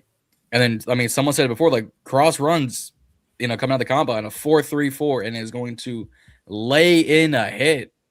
We kept talking about, we ain't really got a safety that can lay the boom, and you got a safety that's going to force turnovers. Shit, Nick Cross about to find out what happens in the DMV. Better go just rock someone on the sidelines. I need to see it. So, all right. I mean, we did it for the re-signs. Who was the top signing so far of these 8 free agents we brought to the team? And then is that the show? I mean, we could probably talk. No. We're talking about what's next. Yeah. Talk about what's next. Okay. What's next? And we could do. What we're gonna do the stadium next week. Stadium thing. That can be on the closeout. Yep. Top signing for these 8, man, is for me, it's a no-brainer. It's Leo and it's Chiggy. Like Terry McLaurin. I agree. Like I hate to show my age, but again, I've seen nothing but trash in my lifetime, so forgive me. Terry McLaurin is the best Redskin player I've seen in my lifetime. That probably sucks to say, yes.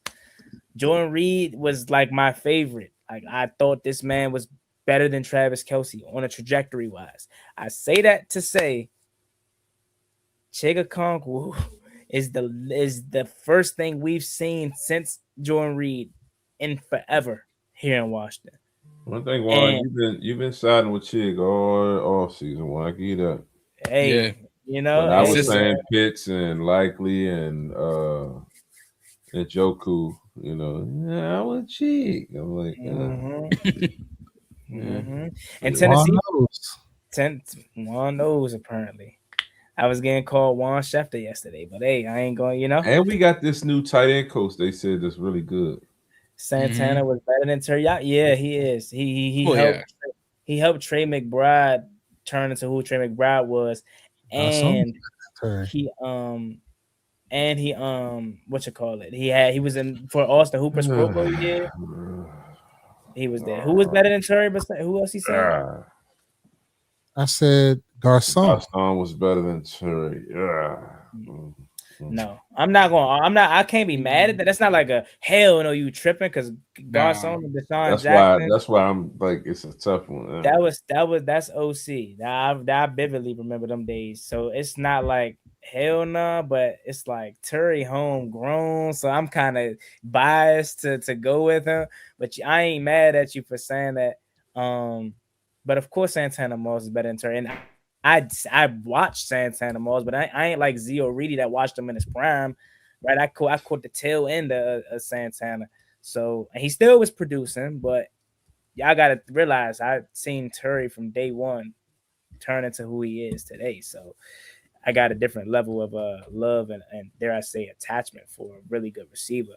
But Pierre Garcon being better than Terry, that's an interesting. Yeah, like I had to Google it. I mean, I know it's just Google, and your opinion is opinion, but it says ultimately Garcon set the standard for toughness in Washington in 2010s. Mclaurin has surpassed him as a more complete and productive wide receiver in franchise history. Yeah, I mean, of course, because I know what he was for us, but I still remember Garcon for the Colts. Yeah, Garcon was here, what, 3 years? 3-4 years or something like that? It was like 4 years. To me, he's always gonna be. I always gonna know him for the Colts. I don't know. That's just me though. Like, he just screams. But Colts. he was one of them players we signed as he was ascending. So I kind of like, just to kind of reel it back to what we doing now. We signing a bunch of players that are ascending. Like they've been talking about, like leading up to free agency, different beat reporters and that, pods or tweets or whatever, saying like, just kind of reiterating what AP was saying, like about getting young and faster.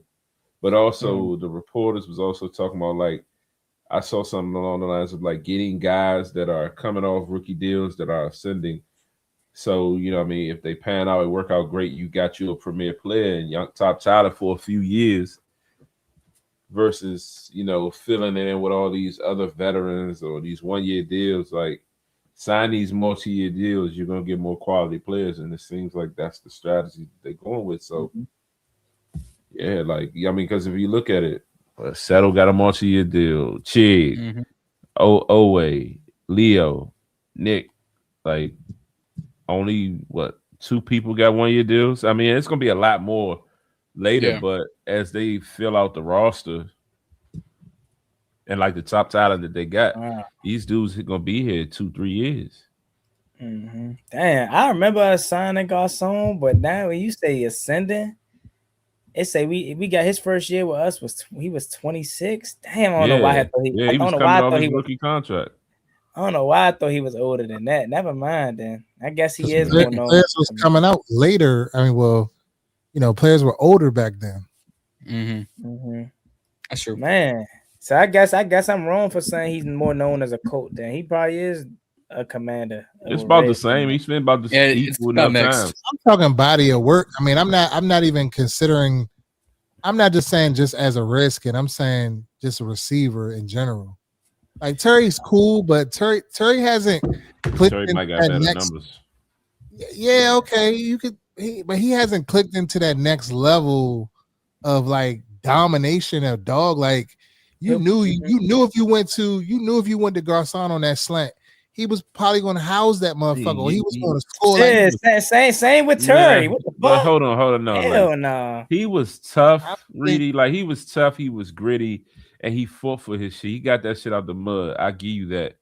But to say like he was like, oh, we got to worry about Garcon, their number one receiver. Like, nah, he wasn't no true number one. And he was like a 1B. And what life are y'all living in that we have to worry about Terry? Yo, what? What teams do Terry? Hey, what? Like, be realistic now. What teams do Terry? Y'all glazing like shit. Nah, you're burnt. What? I'm not saying that. I'm not saying that he's trash or he's not this or he's not that. But I'm just saying, like, he doesn't do that he doesn't do a Jamar Chase for me. He doesn't do a CD Lamb for me. Like when you're like, okay, but you're saying those, but the Garcon didn't do that either. I'm talking about Garcon back then. You had him and Santana Moss, right?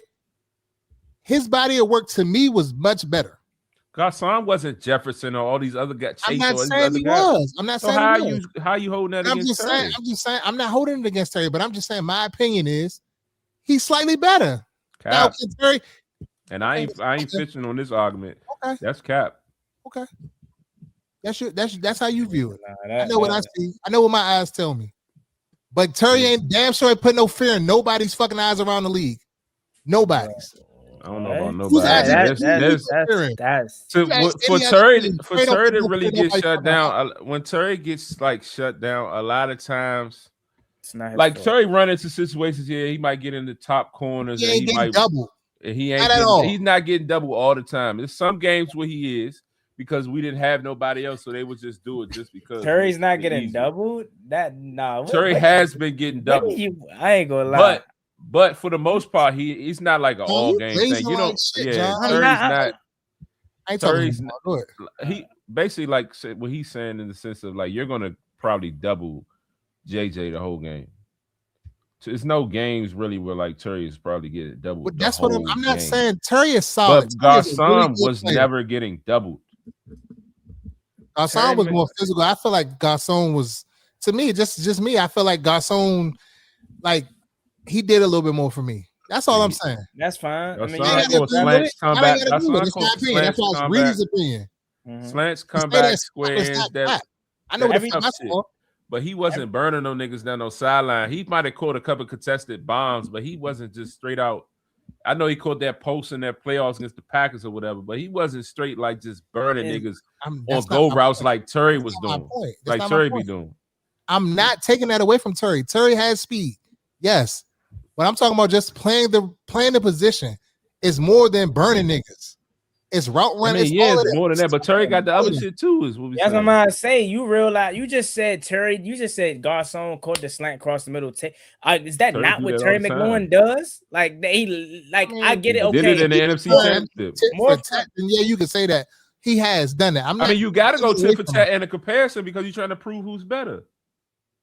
Here's what I'll say, and this is what I think I can kind of understand what you're trying to say. Terry doesn't have no God gifted talent. Like if going back to his Ohio State days, he got his scholarship. You know, he had to earn a scholarship through the mud. He was never like looked at to be this guy that was a star, right? In high school, he definitely was. He was that guy. He was the man in high school. I ain't gonna hold you. Terry was like that in high school. All these dudes is the man in high school, right? But the point I'm trying to make is Terry had to work for everything. Nothing was like came easy to him, right? He doesn't have the best hands. He's fast, but he's not the fast. He doesn't have the crisp route running. So what I think when Reedy says he's looking from the standpoint of Pierre Garcon was probably meant to play receiver. He probably had the God gifted talent, whether it's his hands, his physicality, whatever. Terry had to earn for everything that he got. So it's kind of not. It doesn't seem fluid to him in a sense. I hope I'm kind of saying the right thing. Correct. Because you can't say, because like as he read, the production outweighs Pierre Garcon. So it can't be he doesn't produce more than him. It's more about your preference of how you view the receiver position. But because everything you just said, Terry McLaurin does, and he does something better than Pierre Garcon. And faster, get deep threats and all that. He's definitely faster. He's a deep threat. Yes, he is. But and he blocks. He blocks just like Pierre Garcon. Correct. But just me watching the football games, it's just like Garcon had an it factor that Terry just doesn't get. He just got that dog. He got a natural it factor. No. Garcon has that angry natural dog factor that Reedy likes and rocks with. Versus where it's like you may look at Terry maybe like a timid guy that can turn up when somebody. No, I'm saying like let's do the description. I get not timid, but more like a more. You gotta build Terry up to get to that dog with like Garcon's dog stepping on the field. Yeah, I get it. Okay, I only said what like that because I'm like, did we not? But don't get it. Like everybody about to run with this. I'm not saying Terry is a man. Flip this up. Terry is the man. I said it. Terry is the man. Like. But I'm just saying, like, if I had to look at them two players, I would just be like, shit, Garcon was like that, just that excitement that he gave us fans back then. I'm just saying, like, it did it for me. I mean, like, but Terry he also had help on the other side. It's like every now and then, it's like when you think Terry is just like taking that next step to here, then he comes back down here. Then like it's too teeter-tottery with him. That playoff year though, he shocked the shit out of us. He did. I'm not taking none of that away from him. Terry played alongside a Hall of Famer and looked exactly the same with Washington. Who the hell Terry played alongside with as a Hall of Famer? You mean you got to be talking about Pierre Garcon? Garcon. It say Garcon played next to. It say Garcon. It say Garcon when he was with the Colts. Yeah, Deshaun Jackson. Where he must have rewrote it. And Reggie Wayne. No, he must have rewrote it because he wrote it twice. He got one up here to say Terry, but I don't even know. I was about to say I was about to say Terry has not had that's what I was about to say. Until I see a highlight of Pierre Garcon, I'm talking, and of course Jay Daniels has a factor in this play as well. But until I see a play, Garcon had RG3, so you can kind of Yeah. Almost. Yeah. Almost. Well, I'm now not if you want to go like that, then yeah.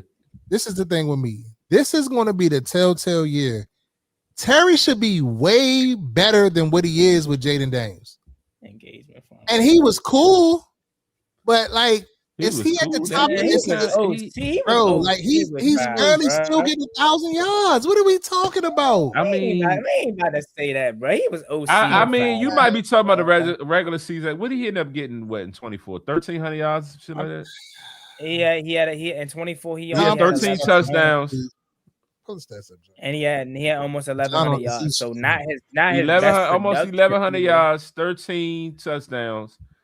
Okay, cool. I hear what Reedy's saying because yes, there were different games, but also I feel like he wasn't schemed. Where like a lot of these other guys that perform. Talking about that, we can't. That's what you can't. And make the argument about the no. If I'm not making the argument about the coach, I'm just showing you that it matters in the equation. Because if you compare him to a situation where Jay Gruden was scheming shit for your comparison of Garcon or any of these other guys, well, who you know these other teams be scheming for their main guy. Our offensive coordinator didn't do that, but that's just one factor. But the other part I was just trying to say is that I lost my thought. But at the end of the day, like the whole complete body of work, you have no basis to say that he's better than Terry other than that he's more of a dog on site. Pause. Nothing else. I didn't intend for this to turn into this like it happens. That's how this is a good closing show. This is a good closing of the show. We don't even gotta talk about the no, I was saying in 24. My bad. We still gotta talk about who do we think we're going to correct. We're gonna get there. But in 24, we started early, so we got more time. In 24, Z ain't sleeping tonight. In 24, I gotta say something too. In 24, Terry had, the 13 touchdowns or whatever. You saying just under a little over 1,100 yards. But what we saw in the playoffs and how he elevated against the Bucks, against the Lions, he even against the Eagles, he fought. He scored that. He caught that slant and took it to the house. Like you maybe just be looking at the regular season number, but like Terry put on in 24, 25. You know what I mean? We ran into the situation where we know what can't happen and he got injured. Unfortunately, we don't know what he could have came right back and did. So, like, it's like the saying, Terry just ain't that, Terry ain't this. He was headed in the right direction at 29 going into 30 or 30 going, whatever he was.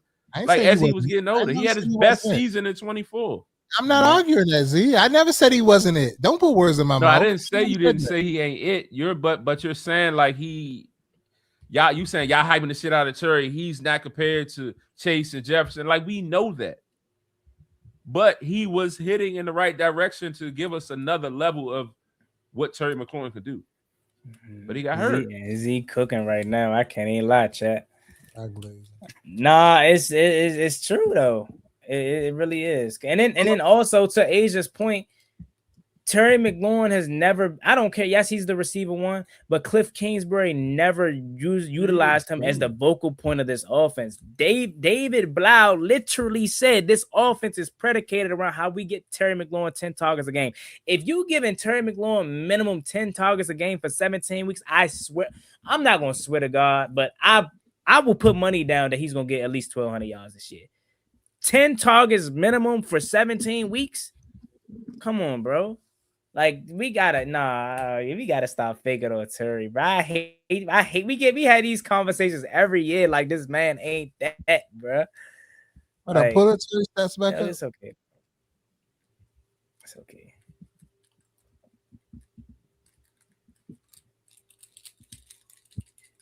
Terry stats. Do y'all want Pierre Garcon stats? We already seen him, but you can bring him. He got almost 40 more games than him, so it ain't gonna look. I mean, it's still better than Terry's stats, but it's comparable. It's comparable. I mean, Garcon was getting he got 100 catches like once or twice, right? He went 4 straight years with 100 plus. Yeah. Bro, he had Jay Gruden. They was throwing the ball like shit. Jay Gruden got rid of Alfred Morris and was just throwing the ball. Look, it said right here, bro.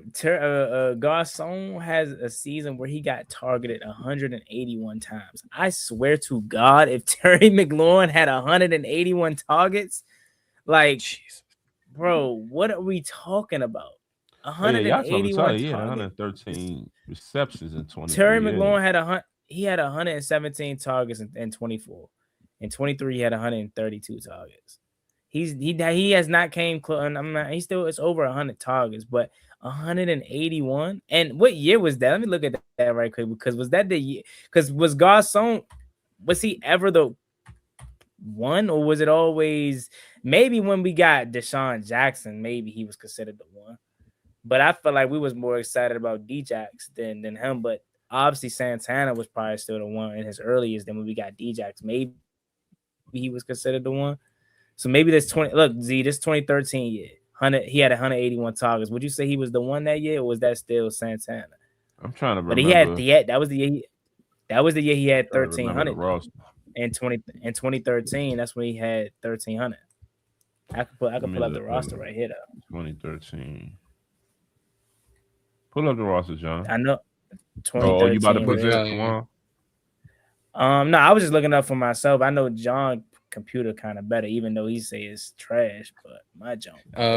Which year? 2013, 2014?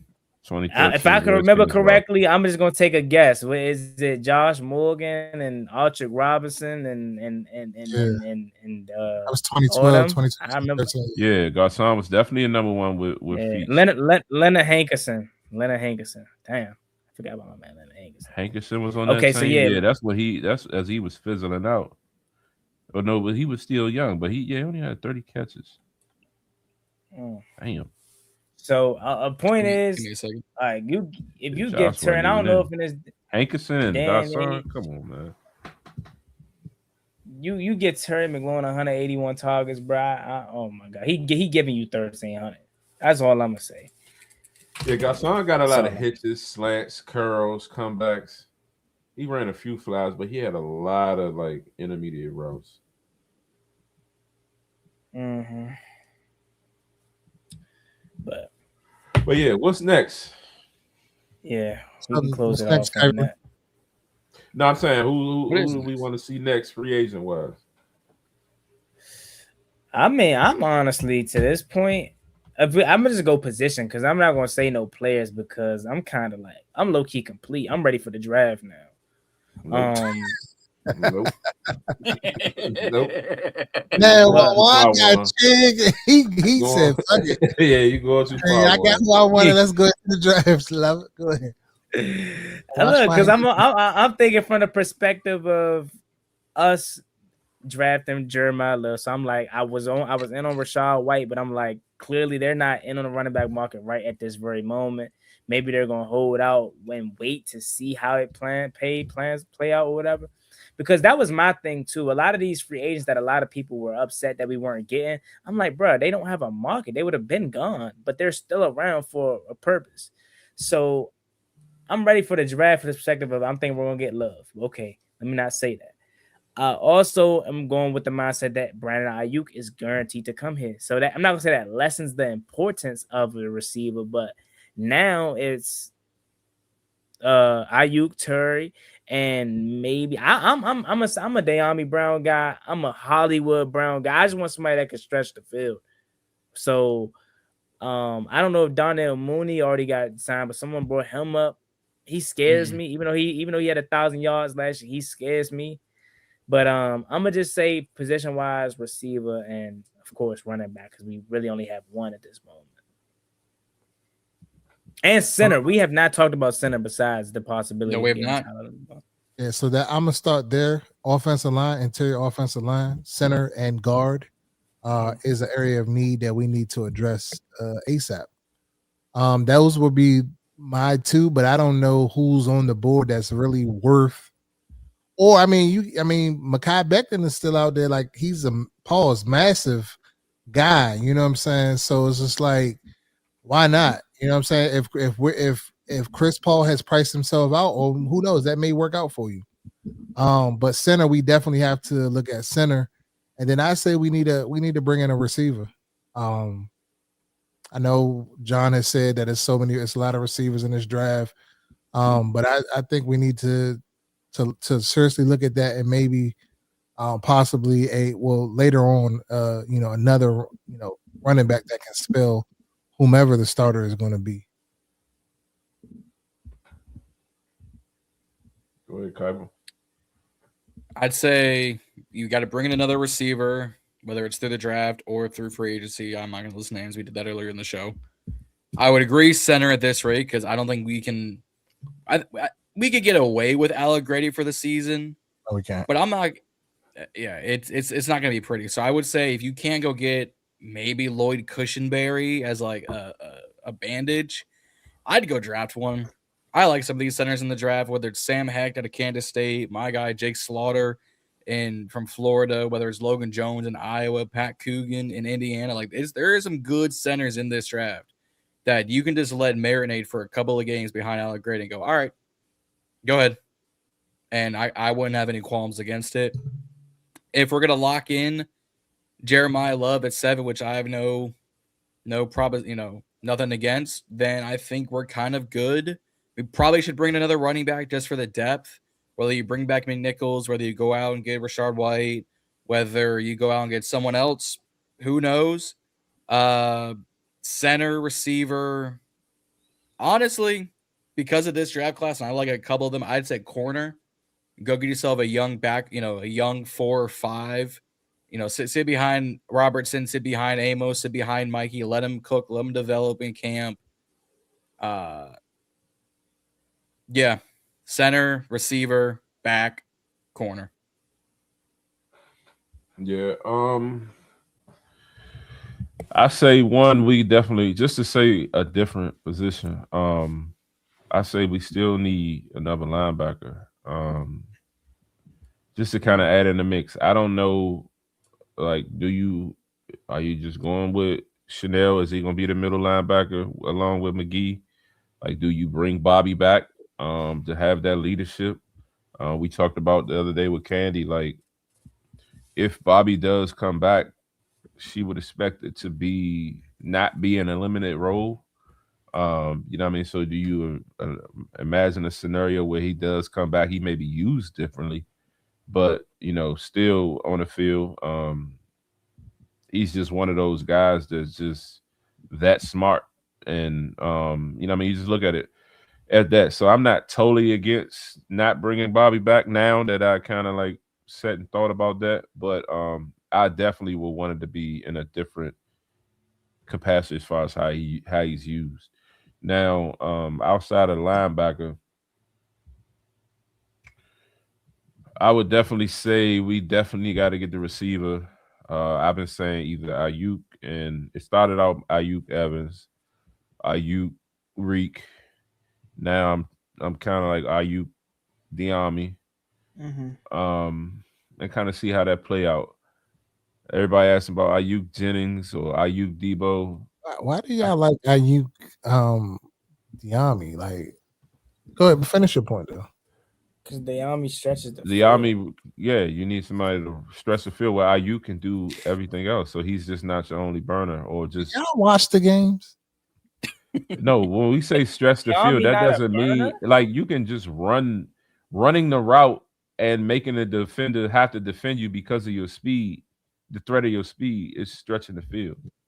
I could have sworn most receivers in this league, they're running 4-4, 4-3, 4-4.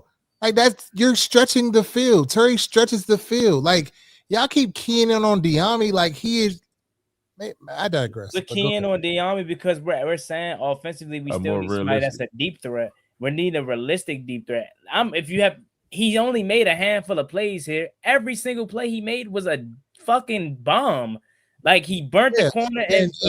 In 4 years he was here, he had 4 fucking bombs. So we're talking. I only look at the last year with Diami. I'm off the other 3 years. Yeah, and that's it shouldn't count. Like you would a whole new regime. Last year, he did nothing. And y'all keep talking he didn't have 5. Fucking the greatest fucking quarterback to man when he came out of the fucking draft What are you talking about? He not better than 5. Trevor Love ain't no fucking slouch. He Wait, you not say better he- than Trevor 5. He ain't 5, and he ain't this Trevor Lawrence. offense. It ain't this offense. Trevor He Love, he ain't got five. love I'm just all. saying, we're talking He about got love all realistic the time. options. Yeah. Realistic He ain't options right fast. now is De'Ami. Is one of Diami them. wouldn't be a realistic to be. The Army was a realistic option 3 weeks ago. Mm-hmm. Why All not? right. All that. I don't know why you hating on De'Ami though. Like, what's up? Ass, bro. Niggas ass, How? bro. He finally got his opportunity in the final year of his rookie contract. Playoff Diami was better. I give him that. Can't take that away from him. But overall, I seen this movie too many times with De'Ami Brown.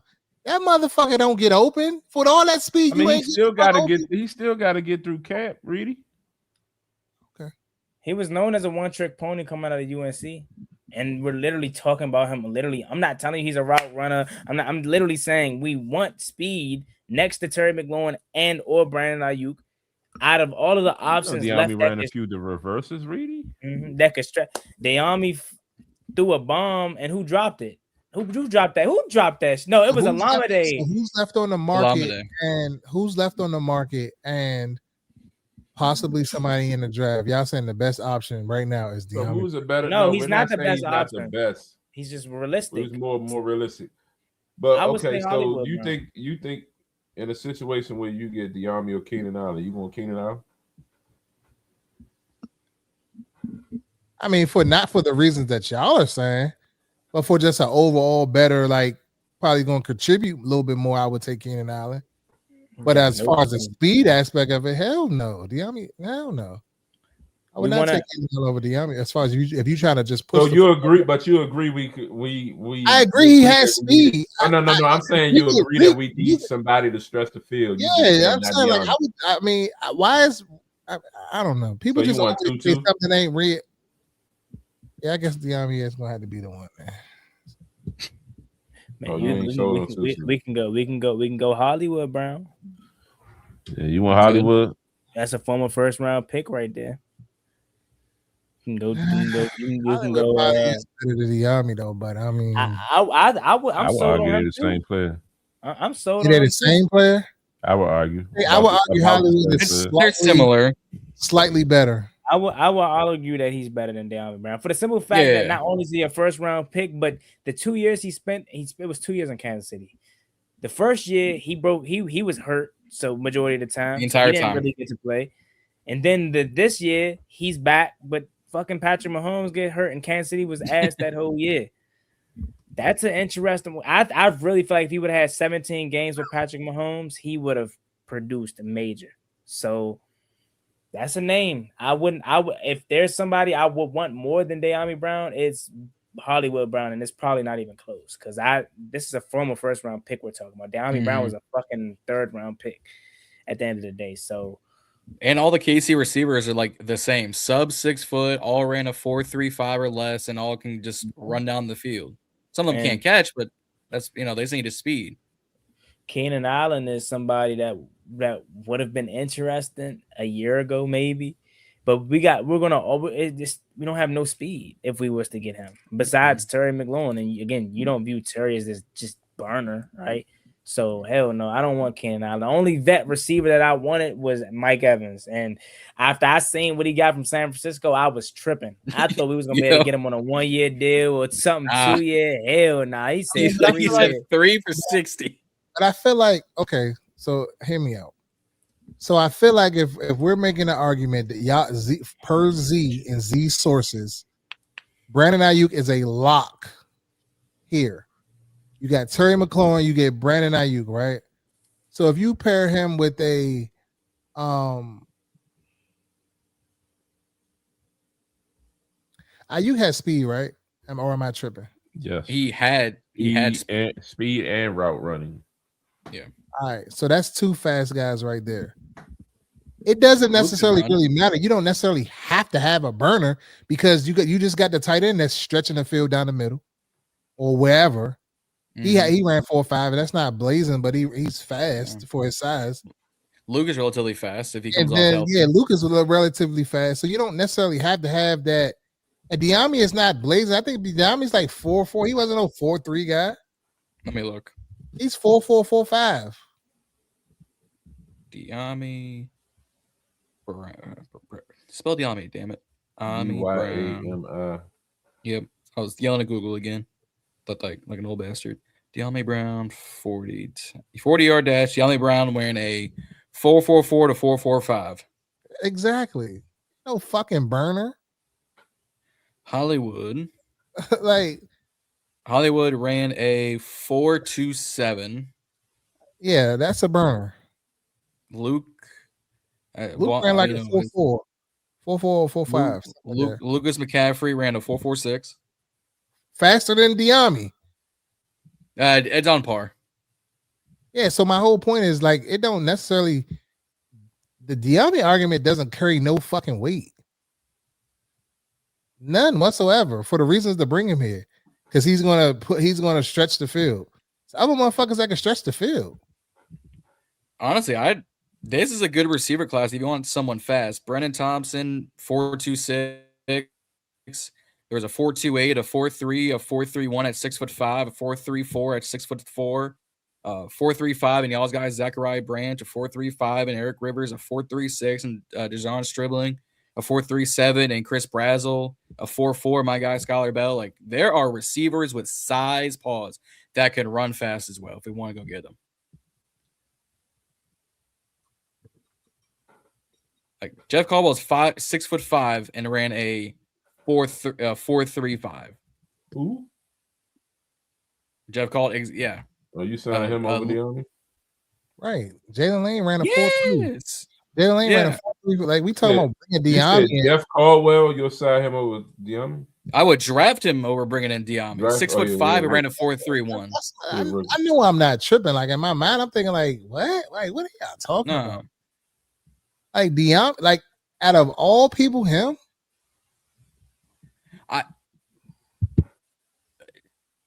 Diami cool. I wouldn't go like there's a reason why he hasn't been signed yet. Yeah. If there was a market, he'd be signed. If there was a market for Chris Paul, he'd be signed. It took Hendrickson until day 3 to get signed, for God's sake. So Diami might be a guy where he don't get signed until April. I mean, I don't know why. I don't know why at this point in time. Like I get that Juan's point he made about Tyreek Hill probably isn't going to come in until June because of the injury and things of that nature. But like, why? I mean, I don't know. I wouldn't be out on him. Like he still has a lot to offer. What's crazy is the same thing as Max Crosby. He's not going to be fucking available until June. So like, what's the difference? Yeah, that's true. What's crazy is everyone, like all the reports coming out today was Aiyuk was going to be released today. He ain't been released yet. Exactly. It's just whenever it's a formality, but it's whenever. But it's just funny. Everyone's like, "Oh, sincerely hope that this is a fucking lock." Like Z is reporting, according to Z's sources. Stephen A. Smith. Z got sources. According to his sources, this is a lock. He's guaranteeing it. Stephen A. Smith. Yeah. I mean, I hope this happens. Oh, trust and believe. Because if Brandon Aiyuk does not sign with the Washington Commanders, oh my God, this fan base is gonna be livid. I'm gonna go ape shit on the next pod after he signs with somebody else. Because he's on this lock shit. I'm gonna say I told you so. This fan base is going to be in shambles. Oh man, I can't wait. Shit, 2 hours on it. So Z, did you give up on Bill? Fuck no. Oh, so Jeremiah Love and Bill is what we talking about. What are you talking about? Giving up on Bill? No.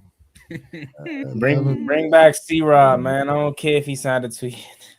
Trying to get our Sonic and Knuckles over here. Oh man.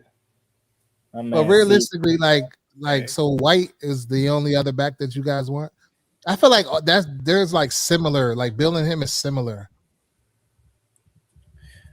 Let me look at the free agent list. Depressed because I think the Titans are going to take Love at 4. Still wouldn't be at 7 now though. Don't be depressed, man. It's just unfortunate. They're the only threat, literally. Yep. It's the They're draft. the only threat. And Brian Dable, bald head ass, probably gonna take him. He gonna tell. And damn, they whole staff bald headed. It's a fact though. Brian Dable gonna tell Robert Saleh, "Give me Jeremiah Love," and damn it, Jeremiah Love, he gonna Wan'Dale look Robinson, sweet. Cam Ward. He gonna look sweet in them colors though. That'd be tough. I gotta see what the uniform. New uniform should look good too. Is he gonna look sweet here? Nah, I'm already thinking about his jersey number, but like, if he wears the the photo of Bill and Love in the Super Bowl throwback jersey, I was like, I mean, that's all we needed. I don't think 4 gonna look sweet though. I ain't gonna lie. Well, Luvu's got 4. Jeremiah Love has like 1. Give Love 1. I'm about to say J Love might wear 1. I like 9. Who got 9? Oh, Sammy Ball. 6. Right? Mm-hmm. It's Sammy Ball. Could be 6. 6. Could be 2. Could be 2. Like we already 22 and 2 home in Tennessee. Who wears 7? Okay, give him 5. Who wears Joe 7? Nobody wears 7, right? Joe Theismann, it's no more, right? Mm-hmm. Yeah. So. Yep. I mean, y'all just gonna glaze over what I just said. I ain't hear what you said. I said J Love 5. Oh yeah, that was some bullshit. So of course we ain't hear that. That was. Hey, God knew. God knew. Bro. God knew. God knew. Salah 2 defensive mind. I hope so, Asia. I hope so. He is. I hope so. Because that's literally the only threat, bro. Like if he gets past, but he got Dayball in now. I'm sure he had to. I'm sure you gotta have an ear. Yeah, but I don't think running back is a who they got Pollard. Pollard Spears. Najee Spears. Yeah, that's a solid. They don't necessarily got it. Yeah, because the remaining free agent running backs right now, it's Joe Mixon, Najee Harris, Austin Eckler, I think Z's Guy and Gibby, Nick Chubb, Dario Ogunbowale. I don't. Travis. I got some Trav Homer. A little minute. Yeah. More of the story. There ain't no good shit left. Nah, Raheem Mostert, nah. Dylan, nah. McNichols, White. If you want to bring out B-Rob. It's going to be Bill, J-Mac, and J-Love. Mm-hmm. They love Jeremy McNichols. And Cam reported that they love Jeremy. Yeah, bro, it's obvious, bro. Like they love J-Mac, fool. And I can't even be mad at it because every time J-Mac get in the game on them 3rd and 36s, he somehow breaks 17 tackles, 37 yards, or blocks to save his life. I think for a cheap pack, I think you go J-Mac, but I feel like we got to get better. I think they're presuming. But do you grab Love and get a Rashad while you got Bill? I don't see that happening. No, because I don't see that either. Yeah, like Reedy said, they kind of similar. Because I'm big on Bill potentially being, if they say we don't go Jeremiah Love, I can see the potential of Bill being an every down back. But something I feel like with everybody that believes that, they are overlooking the fact that he is a damn good pass catcher, bro. Like he can run routes. He got good hands. Love? Like no, Bill. Like looking at his New Mexico tape, bro. They was using him like he was a fucking receiver. So like they what was Cliff talking about? Huh? So what was Cliff on? I just don't think he liked them, bro. I ain't gonna lie. Cause it's like, all right, you trying to make a point, he can't block, he can't pass, but well, how else do you expect for him to learn? Yeah, as a rookie, by having him on the sideline, and Austin Eckler's hurt by that time, so it ain't like you got a vet that can go in and show it. Besides J-Mac, besides J-Mac, so it's like all the other guys.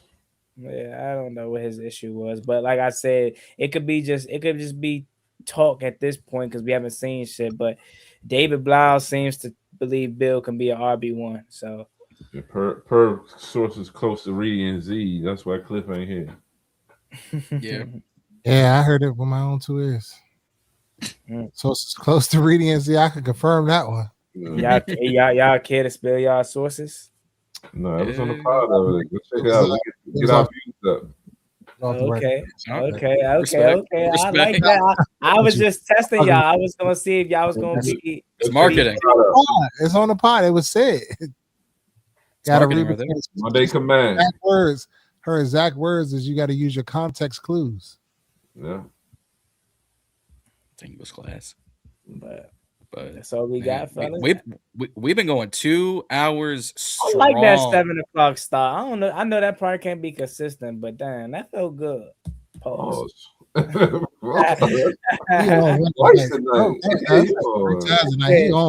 couldn't even get the pause out my lips. I was already holy shit. Hey, yo. 7 is crazy, bro. Oh, my lips is crazy.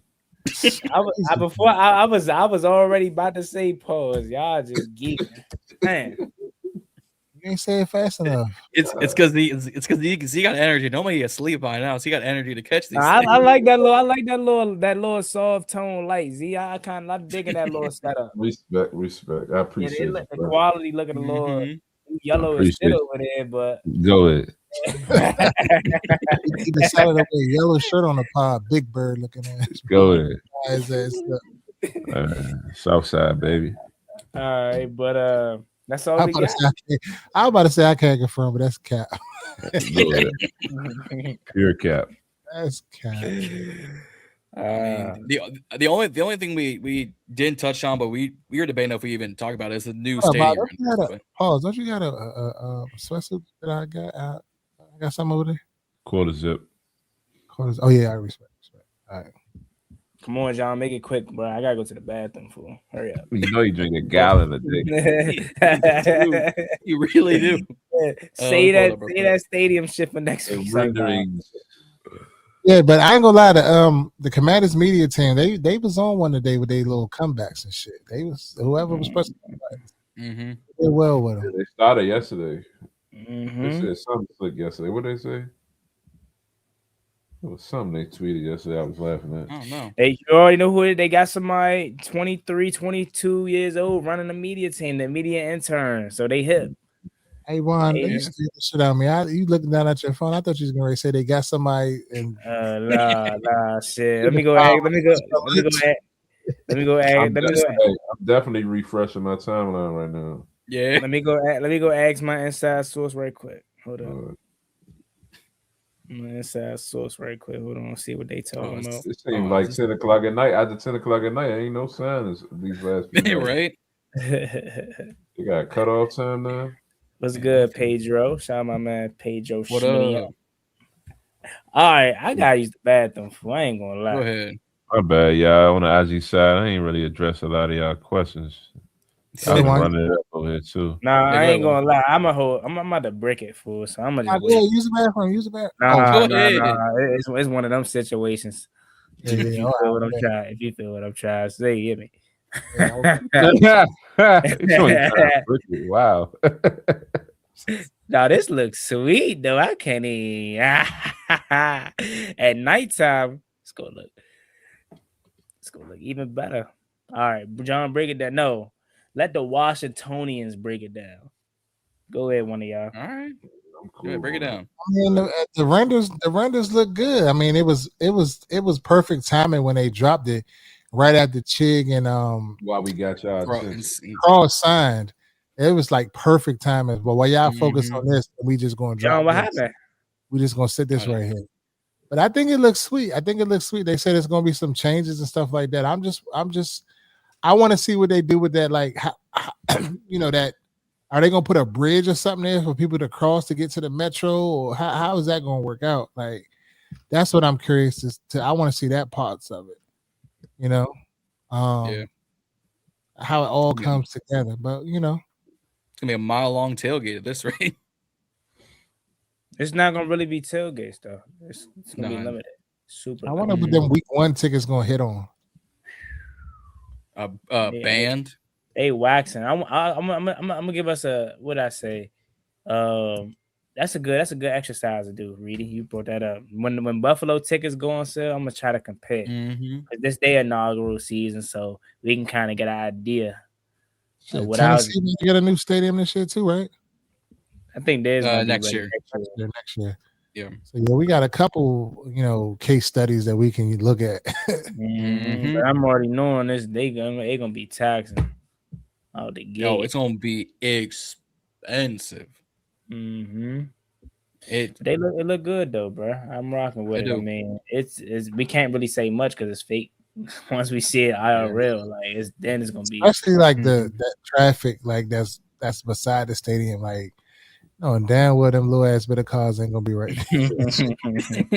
It's already congested. Nah, this the jaw dropping thing for me right here. Cause I used to, before I started going, cause growing up, I never really went to games as much as I do now. So like I used to be in awe anytime I saw FedEx in real life. I'm getting that feeling right there. This is kind of like this cool as shit. Like damn, like I'm in awe every time I walk through the seats and see the field. Like every single time, it's just it's surreal for sure. That Green Bay one was crazy too. When I went to the Wizards game, I didn't get that feeling though. So I don't know. I don't know how accurate this is, but that was 5 hours ago. So I wonder where our cap space is like right now, because it was 5 hours ago. It was reported by FanDuel that the Commanders got 76.4. Yep. The Giants had around close to 11. The Eagles had 10.5, and the Cowboys had -4 million. And that was before we never got the real number. Well, once they extended Tunsil's deal, we never got to see. Gave us some more. Yeah. I'm about to number. Yeah. I would say after the Scott and Chig signing, that probably puts us around the $50 million mark. So we still got money. That's still good utilization of money. We still got plenty of money, because a lot of this stuff they were putting in guarantees like right now, or big signing bonus, like the Chaisson one. It's upwards of 12, but it's really a base of 11, guarantee of 10. But it's like a roster bonus of 30,000, a signing bonus of like, a couple $100,000. The Chenal deal is like only 12 million guaranteed, so you only have them for $4 million a year. Like they broke these contracts up perfectly this offseason. Yeah. But that should be everything. Right? Actually, that's everything officially now. 2 hours and 15 minutes in, we touched on everything now. Yeah. I ain't touched on everything. I don't know what you're talking about, John. What you mean? I ain't touched on nothing. We ain't touch on nothing? It was a little joke. Oh, man. What you do? Everything? No. Oh, well. Anyways, if y'all have not already, hit that subscribe button here on the Burgundy Breakdown Road to, I believe, 300 subscribers. What? No, I'm saying hit that subscribe button. Oh, yeah. Hit the subscribe button. Let me pull it up. I think we're on the road to 300 subs here on the Burgundy Breakdowns channel. So y'all hit that subscribe. We are 244. Yeah, on the road to 300. So hit it. We're trying to grow this channel individually, so we can put all the videos on this side and get this show monetized on top of all of our own journeys. At Reading Z, at Ball and Burgundy Podcast, at Wongotty Talking Sports. Y'all, I mean, I'm on the road to 1,000. We had 989 right now. I need 11 of y'all to get me to 1,000 so I can make my 1 cent per video monetization. Get my man to 1K. He just need 9 more subs. Right now, I know it's 9 of y'all that's not following the Ball in the Burgundy podcast. I know y'all not following us, so please go over to his channel right now. John, put it in the comments right now with the link, so there's no excuses. Whoever's in here, or if you're on, and I'll copy it. I'll put it in a Reading Z link. Or if you're on one side, go over and please sub John up to 1,000 subscribers. Get my man Ball in the Burgundy. Try and get to 1,000. Try and make my 1 cent per video monetization. That's all it's gonna be. That's all it's gonna be. Is once I'll make. Yours truly, Reading Z. Go follow us on Instagram at Reading Z for your #1 source of Commanders content and updates. I know it's all of y'all that's on the Instagram side. 100,000 people that be looking at these videos that we put up daily and whatever hits that we get. Please go sub up John. Please sub up Wongotty.